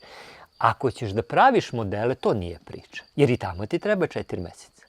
Znaš, ja kad sam pitao Meister Scale, Dino Di Giorgio, to je isto jedan od čuvenih modelara, kad sam ga pitao koliko vi to sam ga pitao kad sam kupio Thunderbolta 2009. 10. 8. Kit sam kupio od njega. Koliko, reko, vi naplaćujete kad pravite nekom avion? Pa kaže on od 5 do 6.000 dolara. Ja reko sve, a kaže only labor, samo rad, čoveče. Znaš, to treba 5 meseci, a tamo je minimalna cena rada, seti se, 9 dolara. I kad mi je dao CD, to je antireklama, brate. Znači, s polja je on božanstven. I iznutra. Pa to ko miševi gde su grickali. To je sve poluzavršeno, znaš. To još mirglam i ono što se nikad više neće videti. Ali ja slikam u makromodu i to je moja referenca kako ja pravim avion, znaš. A jeste li vremenom menjali, odnosno ispitivali različite materijale, pa izabrali ono što je najbolje i najefikasnije za performanse? Na kraju od silne priče nisam ti ni kazao za materijale. Znači, u osnovi je to polov šper od 3 ili 4 milimetra, zavisi. Ja već ubacio još jedno pitanje. Da, mi idemo dalje. A presvlači se sa balzom, to su plankovi balze, ploče, 3 milimetra debljine, 10 široke i metar dugačke. E sad, negde gdje je ravna površinu, ne znam, krilo, tu možeš ceo plank da staviš, pa sastavljaš te plankove. A negde gdje su krivine i radijusi, seku se male letvice, pa letvicu po letvicu lepiš, ali ne možeš da izvučeš, ili ide sferno, ide i ovako, ide i ovako, i onda tu ne možeš, znaš, mislim, ne može. Moraš, zato to treba toliko vremena. Ono što sam ja smislio i mi unapredili u ovom Mirče modelstvu, sad vidim svi živi kopiraju, ali opet i to je nešto jače od mene, moram da kažem. Mi smo napravili šablon, template. I sada imaš rebra trupa, na primjer. Ima nogice. I ti kad ukucaš šablon koji ima žljebove, svako rebro dođe tačno u svoj žljeb. I nema tu sad nešto, znaš, gledaš da li je pravo. To je tu. I ne može da mrtne. I onda se to nacrtano u 3D programu i onda se to slaže kao puzle. I to je jedan od kvaliteta tog našeg proizvoda. Jer se kad napraviš tu neku osnovu, ona je još dosta ovako, kako bi kazao, glinđava i ne vadi se iz tog šablona. I onda se plankira. Plankira se tom balzom, što sam rekao, balz od 3 mm, negde može cijela ploča, negde idu lajsne, negde kako god. I onda kada ti presvučeš dobar deo, recimo gornji deo modela, onda možeš da ga izvadiš, da bi ga okrenuo, da bi mogao da napraviš donjida. Kad je to sad, sad, koliko si strpljiv i pedantan, toliko ćeš posle manje imati da dorađuješ, znaš. Ako ti to picikato sve ulepiš jedno uz drugo, onda posle nemaš toliko puno da šmirglaš te spojeve, ako brišeš lepak gde god malo procuri i nešto. Ali, koliko god ovako na prvi pogled to izgledalo ravno, to je daleko od ravnog. Ali dovoljno je ravno da odeš na sledeći neki korak. Sledeći korak je da se ceo model presvuče sa staklenom tkaninom i epoksi smolom. Staklena tkanina ti je u zavisnosti od gramaže, 25 grama, to je kao ženska hula hopka, recimo, tanko. A ja koristim, pošto su veliki modeli, 80 gramsku koja je nešto malo deblji materijal. Staklena tkanina u stvari daje čvrstoću celom modelu. I kad sam pitao ovo čika Duleta i ovog Damjana, inženjera, da li je bolje staviti deblju balzu ili jaču staklenu tkaninu, svi kažu jaču staklenu tkaninu, ono daje ljusku. Još onda u nekim delovima gde baš ima velikih sila, tu se čak i ubacuje parča od karbona. To vidi, ne može slomiti, znači. Ali mora, kažem, negde na nekim modelima, ne uvek. Kad si sad ti to presvuko, znači ide staklena tkanina, pa ide smola. Pa onda ide još jedan sloj smole da popuni te rupice u tom finom materijalu. Onda si autolimar, braš. Onda vidiš mirglanje, gitovanje, špric git i to jedno 3 ruke, ako hoćeš da model bude reprezentativan. I to je deo koji deli dobar od prosečnog modela. Znaš, ljudi obično nemaju živaca ili neće. Treće, to je leti prašina, znači ja se preslačim na balkonu i u gaćama ulazim u kuću, a sve radim u dvorištu. To ne može raditi u radionici, ili jednostavno kao puder leti. To je neverovatno, na sve pada, svugde se uvuče, znaš. Ali ja to radim u dvorištu, kompresor pa izduvaš i to traje nedeljama. Ako ćeš da zavisi koliko je veliki model i zavisi koliko ima ti krivina i radiju. Starfighter može napraviti 2 normalna aviona dok napraviš Starfightera. Jer je toliko ima tih nekih detalja. Sad kad si to završio u špricgitu, kad je površina ravna kao staklo, onda pre farbanja lepimo one nitne i one detalje što smo spomenuli, sve se obriše alkoholom i to meni koji svaki dan radim, ali to znaš da se treba imati živac, meni treba mesec dana. Znači da izvučeš sve, znači gledaš tu pa razmeravaš, pa izvučeš te tačkice, pa gore. Pa onda s druge strane, napriš jednu stranu, druga treba bude ista. Ugledala, znaš, kad gledaš od napred sad jedna linija veća, znaš, mislim, jako puno vremena treba. I tek se onda farba i lakira i ugrađuje oprema i puno i kad ti pričam, znaš, a ne sve to napraviti. A kako se bira pogon? Pa pogon se bira tako da u osnovi kakav je bio i originalan avion. Znači, ako je to bio neki mlazni avion sa mlaznim motorom, danas je tehnologija toliko otišla da imaš male mlazne motore koji su od 4 kile poticka, velike ko piksla Coca-Cola, do 50 kila ovaka je velika turbina. Znači, sve zavisi. Modeli u zadnjih 10 godina rastu, stalno su sve veći i veći. Sad već prave 1:2,5, pazi, to je 2,5 puta manje od prava, po 5-6 metara raspona krila. Znači, mislim, možda se čak i preteruje, ali tehnologija prati. Tu imaš servoje sad od 150 kila, razumeš, imaš turbine od 150, imaš motore po 400 kubika, stavljaju motore i tako. Sad ako je, kažem, Warbird, pošto u Drugom svetskom ratu mlaznih nije bilo, onda se stavljaju propelerski motori. Znači imaš od, ne znam, 40, od 20 kubika do beskonačno kubika, do 400-500 kubika, u zavisnosti koliko je velika avion. Znači, interesantno je da, ja sam pravio par Thunderbolta i taj prvi je bio 1,80 m. Da, motor, prvi. To mi je baš prvi bio. I onda sam pravio od 2,20 m, koji je već veći. I onda rekao, sad ću praviti taj majster scale, što sam ga spominjao malo, pre taj 2,60. I sad kad kažu 2,20 do 2,60 nije tako veliko, šta 20 cm sa svaki. to je neverovatna rad. Trup je ovakav, čoveče. Znaš, to ne možeš sam da ubaciš u auto, ne možeš sam da izbaciš iz kola. Treba ti uvek jedan šegrt na aerodromu koji će da drži trup, da to sastavi, da ga okrene. Znaš, ne možeš ga uvatiti. Kad je on kabas, kako da ga uvatiš? Znaš, ne možeš ti sad to da stisneš. Ipak je to relativno, kako bi kazao, mekano i nežno. I onda vidiš da do jedne granice to ima neke logike, a posle, ako si ovako sam ko ja, pa ideš na aerodrom, evo ja sad pravim ovog Wildcata, to je 2,80 m raspon krila, 1/4 od pravog. Brate, kad sam trebao da naguram krilo, da uvatim kraj krila i da uvatim trup. Znaš, ne možeš ti da uvatiš za balzu pa da ono, znači moraš na nešto čvrsto.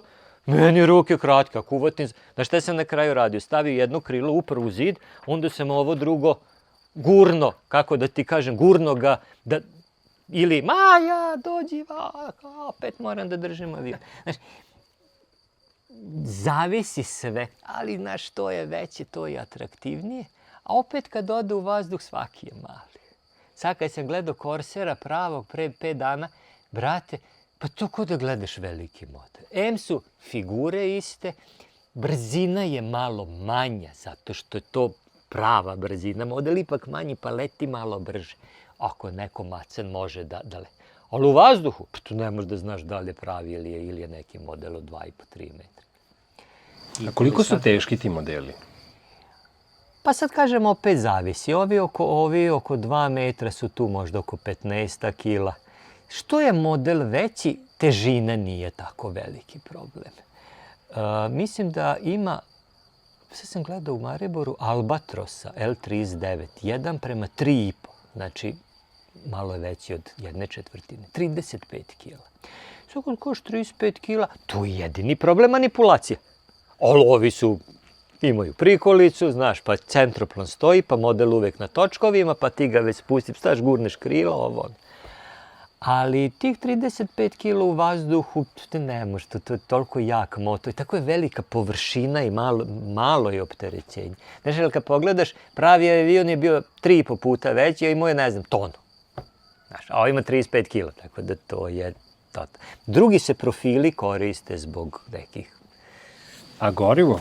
Šta se sipa?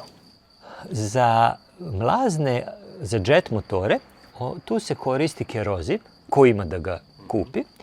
I sada ovi moderni motori, oni koriste dizel. To imaš na svakoj pumpi, taj što ide u auto. Ide 5% ulje, mešavina i to je, pošto oni se tako podmazuju, nije kao pravi avion da ima poseban rezervoar. A za ove benzinske motore, to je mešavina ko za kosilicu ili za skuter neki 2-3% mešavina, benzin sa pumpe. I ono što je kod jet motora interesantno, oni jako puno troše. Recimo turbina od 20 kila potiska na punom gasu u minutu potroši 1,5 litru.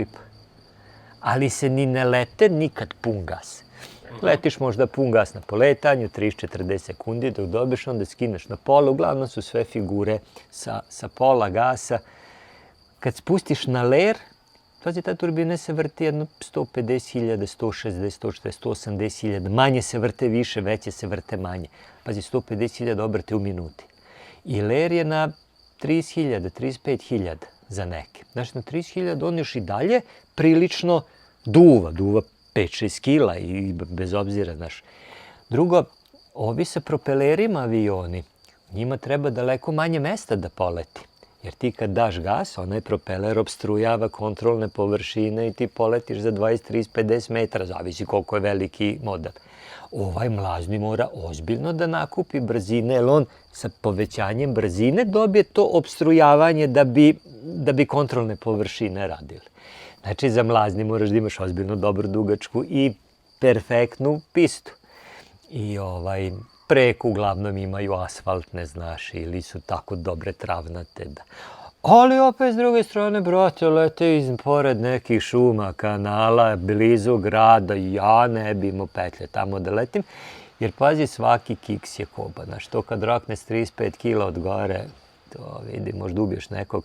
A pogotovo ovi mlazni, tu se rezervari od kevlara prave jer turbina je po 300, 400, 700 stepeni na izduvu i ako se raspadne, ako pukne i iscuri, kako bi kazao, taj kerozin ili dizel, dok ti dotrčeš sa aparatom, to je sve izgorelo.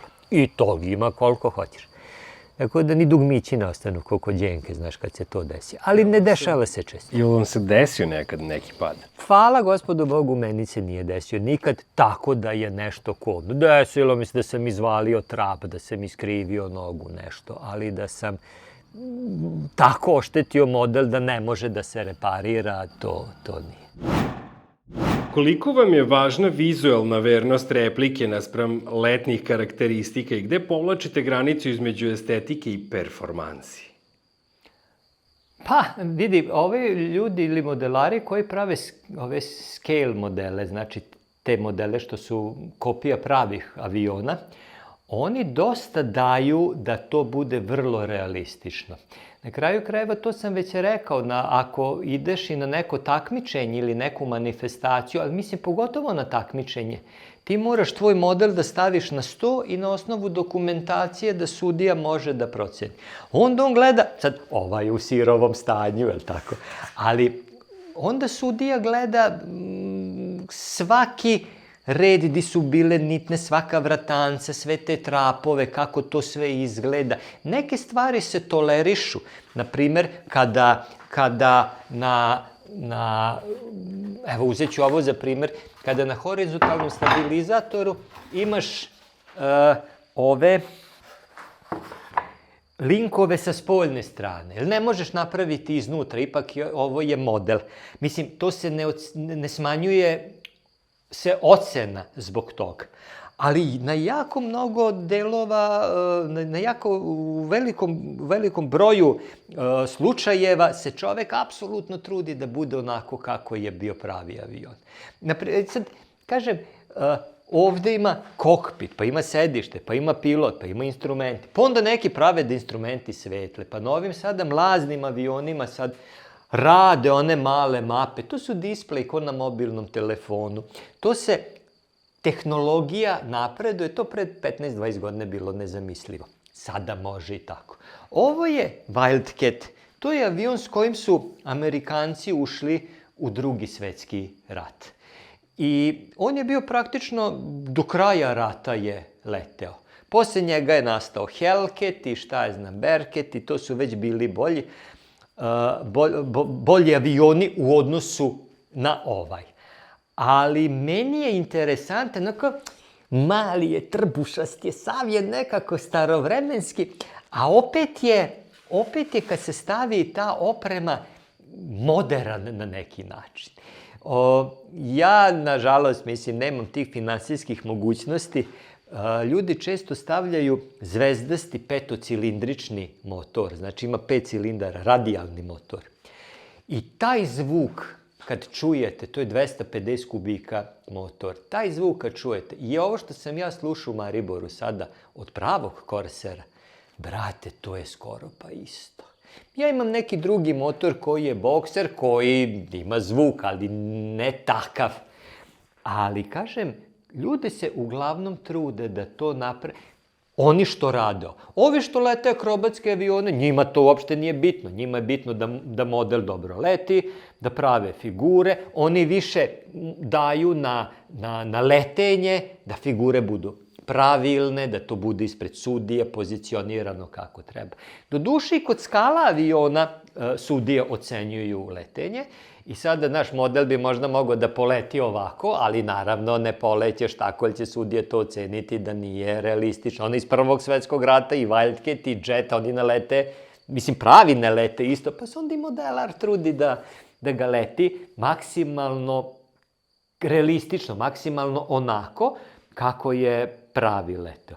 Zato je, kaže, meni jako sad ovo što sam gledao uživo pre neki dan, da vidim kako ti avioni zapravo lete, ali tih iz Drugog svetskog rata već više nema, to sad već bez malo 100 godina avioni.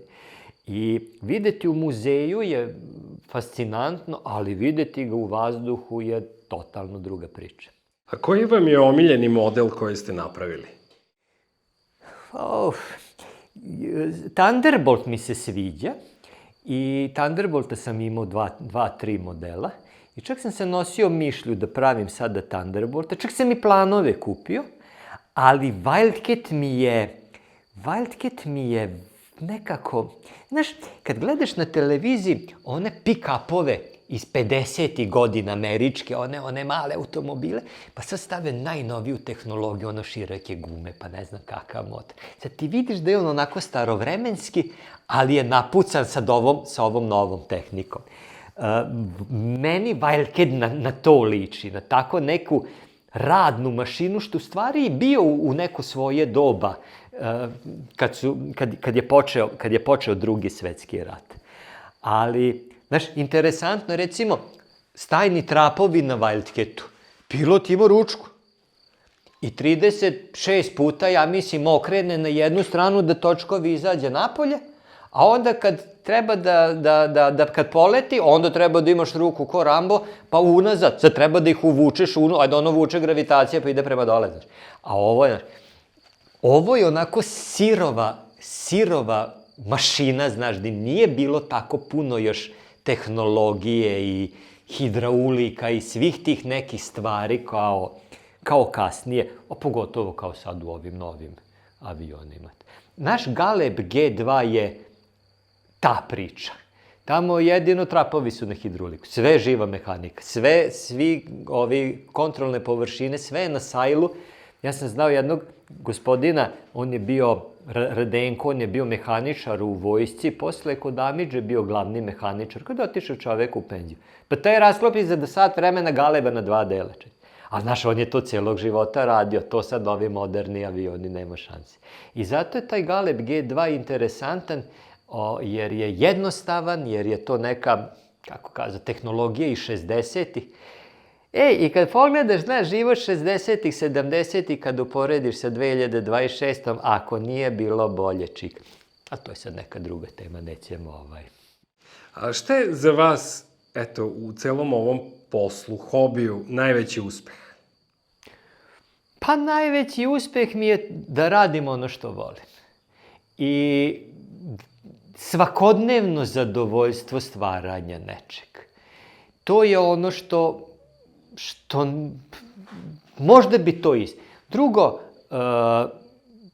puno priča, puno prijatelja, ti neki odnose koje upoznaš, te neke uspomene, te odlasci na takmičenje, ne samo na takmičenju, nego na manifestacije, na letenja, na druženja. To je nešto što je sigurno onako najbolji deo, kao i svaki hobi. Neko se nađe u pecanju, neko se nađe u, ne znam, trkama, motora, kola, mountain bike, zavisi sve ko šta voli. Ali, znaš, ako ti ideš sam na Frušku goru uzbrdo, nizbrdo svaki dan, nije to kao kad, znaš, ideš pa si ti na startu, pa, znaš, kad odeš na takmičenje, sam ga napravio, onda odeš na takmičenje, onda vidiš da ima 30 boljih. I onda ti to stimulans da se ti naučiš nešto, gledaš kako je onaj uradio, gledaš ovo, gledaš neke cake, gledaš, i samim tim napreduješ i tvoj sledeći model ima neke stvari koje si imao prilike da vidiš i sam napreduješ u celoj toj priči. Tako da, ja volim da pravim, ja se zavučem ovde u radionicu i ja mogu od ujutru do uveče svaki dan. I kad pravim model, nit vozim bicikli, nik ne da idem, žena to sve obavlja po gradu, ja kao u transu, kao da radim na normu, pazi, znaš, ono. I od ujutru do probudnice skočim, danas ću to, onda dođem, odradim, znaš, i svaki dan imaš šta da radiš. Svaki dan imaš neki plan, imaš neku viziju.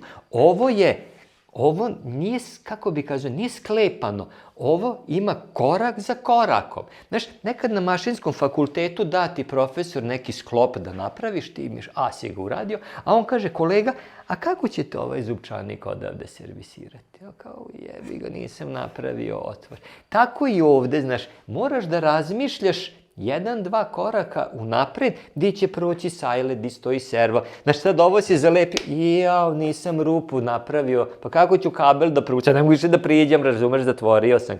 Znaš, mora čovek da... sad, To je ono što se zove iskustvo, ja sam već toliko toga napravio, pa sve kad zažmurim od A do Š mogu da znam sve u korak, ali to je jedna lepota, jedna kreativnost, ne znam s čim bi uporedio.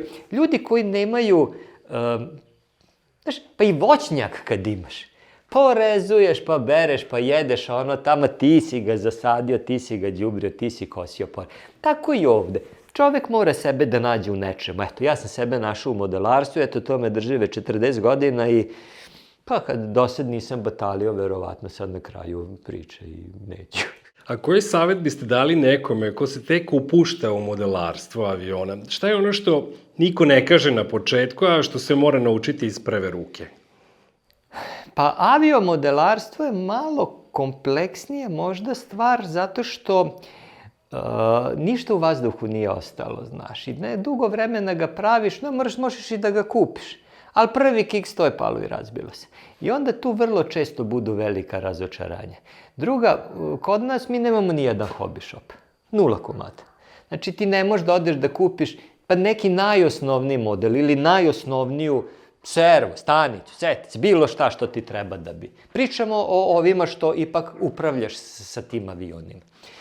I nekad su bili klubovi, nekad su bila takmičenja, nekad su bili modelari starije generacije koji su ove mlade usmeravali. Znaš, a danas je to, ako si ti sam svoj majstor, vrlo brzo se čovek razočara. Jer ozbiljno košta, veliki je problem nabaviti, uglavnom sve dolazi od preko, a brzo ga razbiješ. I onda kažeš, mislim, koji je ovo hobi? Znači, ako pričamo o aviomodelarstvu. Interesantna su kola, ali to ja sam imao u jednom periodu, znači jeftinije da voziš trke na Mišeluku nego da imaš RC auto, ali tu stalno nešto treba, gume, zupčani, to se isto lupa, razbija, znaš. Ali taj ti bar ne padne pa se ne razbija, razumeš, nego, znaš, ipak nešto malo upravljaš što i na zemlji. Ali ovo daje jednu posebnu draž, jer kad ti to sve napraviš i kad odeš i kad letiš i kad sletiš i kad ideš kući, ti si vrlo zadovoljan. I ceo segment priče, to sam već pričao malo pre, od same izrade, od zadovoljstva, svaku letvicu kad zalepiš, kad ti nju upasuješ unutra, kad vidiš kako jedno po jedno raspasuješ mirgle, pa je ravno, pa ovo, pa ono, do momenta kad poletiš, pa kad sletiš, mislim, dugačak je put. Ali cela priča je zadovoljstvo. Ko sebe može da pronađe u tome, naravno. Ali, lepa je priča. Sa svim ovim znanjem, da li biste sada uradili nešto drugačije? Pravili drugačije modele, koristili druge materijale? Pa sa svim ovim znanjem, vidi, nešto, ne možeš ti tu nešto, mislim, zavisi. Rekao sam, ima dve tehnologije. Jedna je ovo da praviš od drveta letvicu po letvicu, a druga je ono iz kalupa. Ono iz kalupa meni nije primereno, jer prvo ja nemam uslove za to, drugo ono jako mnogo košta da napraviš kalupe, ali jednog dana, mislim, kad napraviš kalupe, onda samo vadiš ljuske i onda prodaja ide daleko brže. Samo treba doći do toga. Ja vidim da gomila firmi koja je nekad radila samostalno, sada to sve radi u Kini. Znaš, sad se sve radi u Kini. I onda tehnologija je u stvari napredovala. Ti sada model napraviš u 3D programu i taj crtež, taj fajl, pošalješ nekoj fabrici, oni imaju velike CNC mašine, on ubaci, brate, tablu stiropora i na CNC-u napravi ovaj oblik, ovaj model za lupić, 1-2 dana. Ja treba da ga šmirglam 4 meseca da bi ga napravio. I onda sa tog, ili ni ne napravi ga, nego odmah pravi negativ, odmah pravi kalup iz kojeg ti vadiš. Kalup je leva polovina, desna polovina, gornji deo stabilizatora, donji, gornji, znaš. I kalup nije jedan, svaki deo ima najmanje bar 2 kalupa. Ali tu se danas tehnologijom rešava. Ima neka klasa slobodno letećih modela, znači nisu RC. Tu su Ukrajinci bili tatamate. I oni su to radili, ja ne znam, i od karbona i od kevlara, to je bilo lako, to je letelo, to treba, ne znam, što duže da ostane u vazduhu i tako da. I onda naprave i onda pobede. Onda ovi sa zapada dođu i daju tešku lovu da kupe te modele, znaš, računaju će, sad ćemo i mi, a ovi ludaci naprave još luđi. Pa ih iduće godine opet pobede. Znači, to je tako stalno išlo iz godine u godinu. I zavisi, znaš, sve od tehnologije. Danas je i znanje, naravno, jer bez znanja ti ne možeš ni 3D printer da koristiš, ni CNC, ni da crtaš u nekom 3D programu. Tako da se znanje uvlači u celu priču. Ruke su, kako bi kazao, taj feeling koliko to treba, ali to je sad sve više i više prevaziđeno. Jer tehnologijom možeš da napraviš daleko bolje za daleko kraće vreme.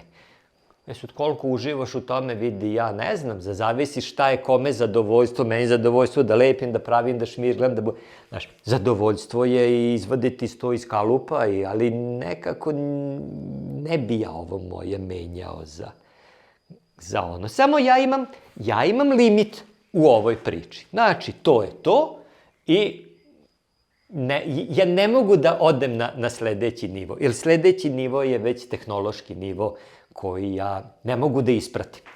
Ni finansijski, a ni svojim znanjem. A koji su neki planovi za neki budući period? Planovi su vrlo jednostavni. Planovi su mi da nastavim da pravim ove Warbird modele. Ja ću biti vrlo zadovoljan ako ovaj poleti ove godine, možda tamo negde krajem leta, jer treba dosta vremena da se... A onda pravimo sledeći. Šta će biti sledeći, to sad ne znam da kažem. Tu sam sada nekako u jednoj nedoumici, a radi se o tome da ja sam se vratio modelima od proizvođača koji prave kitove. Iz prostog razloga što kod njih mogu da nabavim i kabinu, i kapotaž, i stajne trapove, i tako neke stvari koje su meni, kad ja napravim model, problem. Znači, jer ja onda zavisim od nekog kooperanta, što bi rekli, znaš, koji će da pravi, a to vrlo teško i ovde, a boga mi i preko treba da nađeš nekog ko će to da ozbiljno prati. Drugo, znaš, neće ljudi čak ni da gube vreme ako su to male serije. Znaš, treba da pravi alat levo, šta, za 10 kapotaža. Neće ni da ulazi u taj posao. Tako da sam se, ja kažem, vratio ovom, jer ja, na primjer, konkretno za ovaj model sve mogu da kupim. Nešto u Engleskoj, nešto iz Amerike, nešto iz Nemačke, odavde.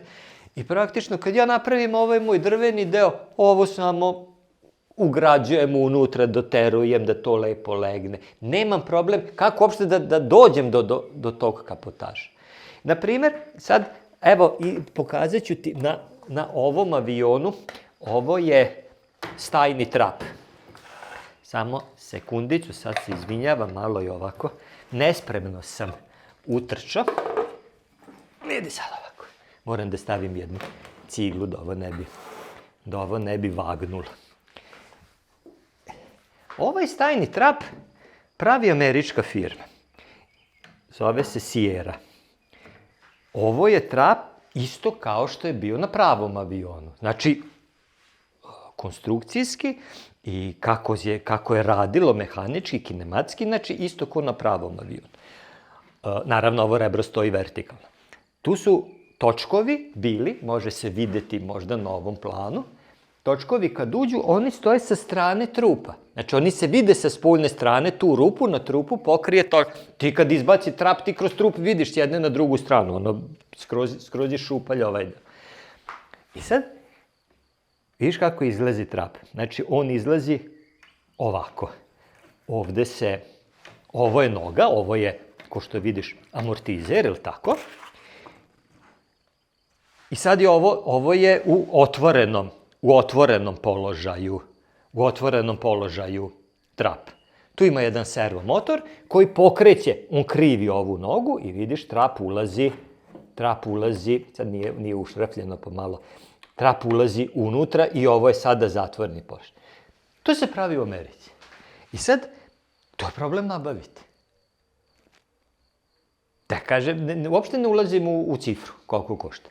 Nego to znači, To nije serijska proizvodnja, nego onaj tamo skuplja, na ono treba Mirčetu, peri, Miki, Žiki, znaš, pa kad skupi 5, 6, 10 trapova, on uzme pa napravi, sad ti napravio model, sad nemaš trap, sad čekaš mesecima, onda se njakaš kako da to dođe iz Amerike, pa znaš, pa znaš, to sve košta i poštarine i carine i ostalo. Ja sam imao sreće, pa sam od nekog iz Izraela početkom ove godine, čovek je prodavao, znači kako je stavio na Face, tako sam ga zvao i kupio od njega, znači Bog je pogledao nam. Inače, ovo je malo i kompleksan stajni trap, u odnosu kakih ima na drugim modelima. Ali ako ćeš da praviš Wildcat, onda moraš da imaš to.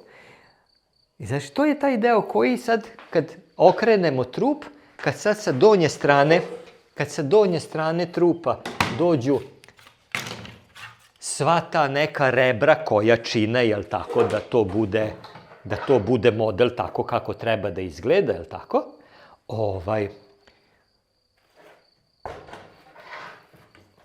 Onda u 4 rebra treba da uguraš ceo ovaj trap i da to sve stoji kako treba i da to sve bude utegnuto i da ide lako i da nema nikakvog otpora, znaš. I interesantno je i lepo je, kažem, to ono što sam već govorio, jednim delom si i inženjer ili mehaničar i, znaš, ja sam pokušavao, znajući, mislim, koliko košta, da vidim da nađemo ovde nekog da napravi. Pa oni mi se smeju, kaže, Mirče, ti si lud, pa ko će ovo praviti? Pa, mislim, sve može da se napravi, samo pitanje je, znaš, da li neko hoće, a ovde uglavnom neće. I ovo je malo, možda kažem, kompleksnija stvar, ali ni za jednostavnije ne mogu da naći. I onda sam, kažem, vratio se onome što je provereno, što mi je relativno lako da nabavim, a ne da sebi zakomplikujem život, da odradim do negde i onda se češem kako, šta mi je to trebalo. Znači, ima firmi koje se bave, sve danas može da se uradi, samo je pitanje vremena, novaca, strpljenja i da li hoćeš uopšte da se upustiš u... A glavni štos je, znaš, nekad smo pričali da bi se bavio modelarstvom, ne, možda ne na ovom nivou, ali ajde, mora 4 stvari da ti se potrefi. Prvo je da imaš gde, drugo je da imaš kad, treće da imaš love i najvažnije da te žena ne zeza. Jer bilo šta da fali od ove 4, tu sreće nema, znaš. I sve može, a ti živiš u stanu od 50. Pa di da ga praviš, pa vidi koliko je ovo mrmoto. Znaš, i ugurat ćeš ga u jednu sobu. A kad dođeš šmirglanje, diš da šmirglaš, podabit će se ceo ulaz. Šta ćeš ga nosiš dole na ulicu da ga šmirglaš, pa gore, pa dole, pa gore. Znaš, ja imam drugare što su živjeli u stanu. Ne možeš preći model od 1,5 metra. Ne možeš fizički di da ga staviš. Opizdiš ga u lift, udariš ga u ragasto. Znaš, mislim, to je problematika. Znaš, i onda, i taj deo da smo mi imali kuću, garažu, radionicu, te dovodi da možeš ovim da se baviš. Znaš, ovo u zgradi nema šanse, pa kako?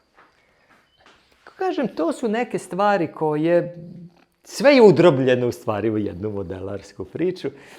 Sad, ja sam imao sreće, našao sebe u svemu tome, našao sam sebe u ovoj sferi. Ja stalno u kući više volim da pravim nego da letim.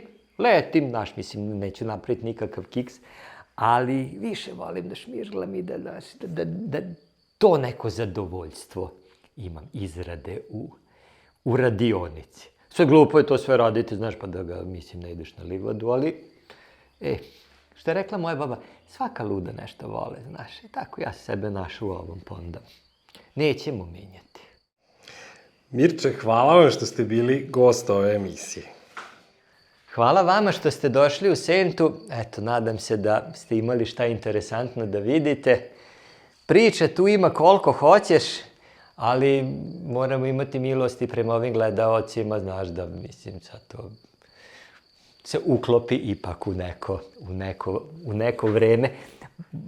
Morao sam možda malčicko da budem opširniji iz prostog razloga što ovo nije jedna priča. Ovo je put kojim, ja prolazim već jako dugo godina i koji ima jedan svoj logički sledi. Jedno se uliva, jedna priča se uliva u drugu. Ono što bi možda mladi trebali da razumeju je da ne samo na ovaj hobi, nego uopšte život, to je jedno putovanje. To nije od danas do sutra i sad ćemo mi tu preko noći nešto da smuljemo i ne znam ni ja šta, jer to kako brzo dođe, tako brzo i ode. Ali ovo je nešto, kažem, što mene ispunjava, eto, decenijama i zadovoljan sam. I možda to je lek, brate, to je terapija, to je nešto da možda skreneš misli sa ovih svakodnevnih događaja, ne i kod nas i u svetu. Ovde se ti zatvoriš, imaš neki viziju. Znaš, kao kad putuješ, pa te onda dođeš, pa te, ne znam, 2 meseca drži, ali je bilo dobro, znaš. A onda se naredna 2 meseca ložiš, sad, brate, idem ponovo. I ti si stalno u tom nekom modu. Tako i ovo. Ovo je beskrajna priča, iz prostog razloga što uvek ima drugo, uvek ima veće, uvek ima lepše, uvek ima izazov. I, eto, blagosloven sam da sam uspeo da nađem sebe u nečemu i da, eto, celog života uživam. I stigli smo do kraja današnje emisije. Upoznali ste Miroslava Mirčeta Terzića, modelara aviona iz Sente. Mi se vidimo ponovo za 2 nedelje, a do tada lajkujte ovaj video, zapratite moj kanal, ako hoćete možete ostaviti i neki komentar ispod. Ja sam Nemanja Gruin i mnogo vas pozdravljam. Ćao! Grune produkcija Nemanja, to je to. Novi Sad emisija, Eren Kraft, letimo. Svi znaju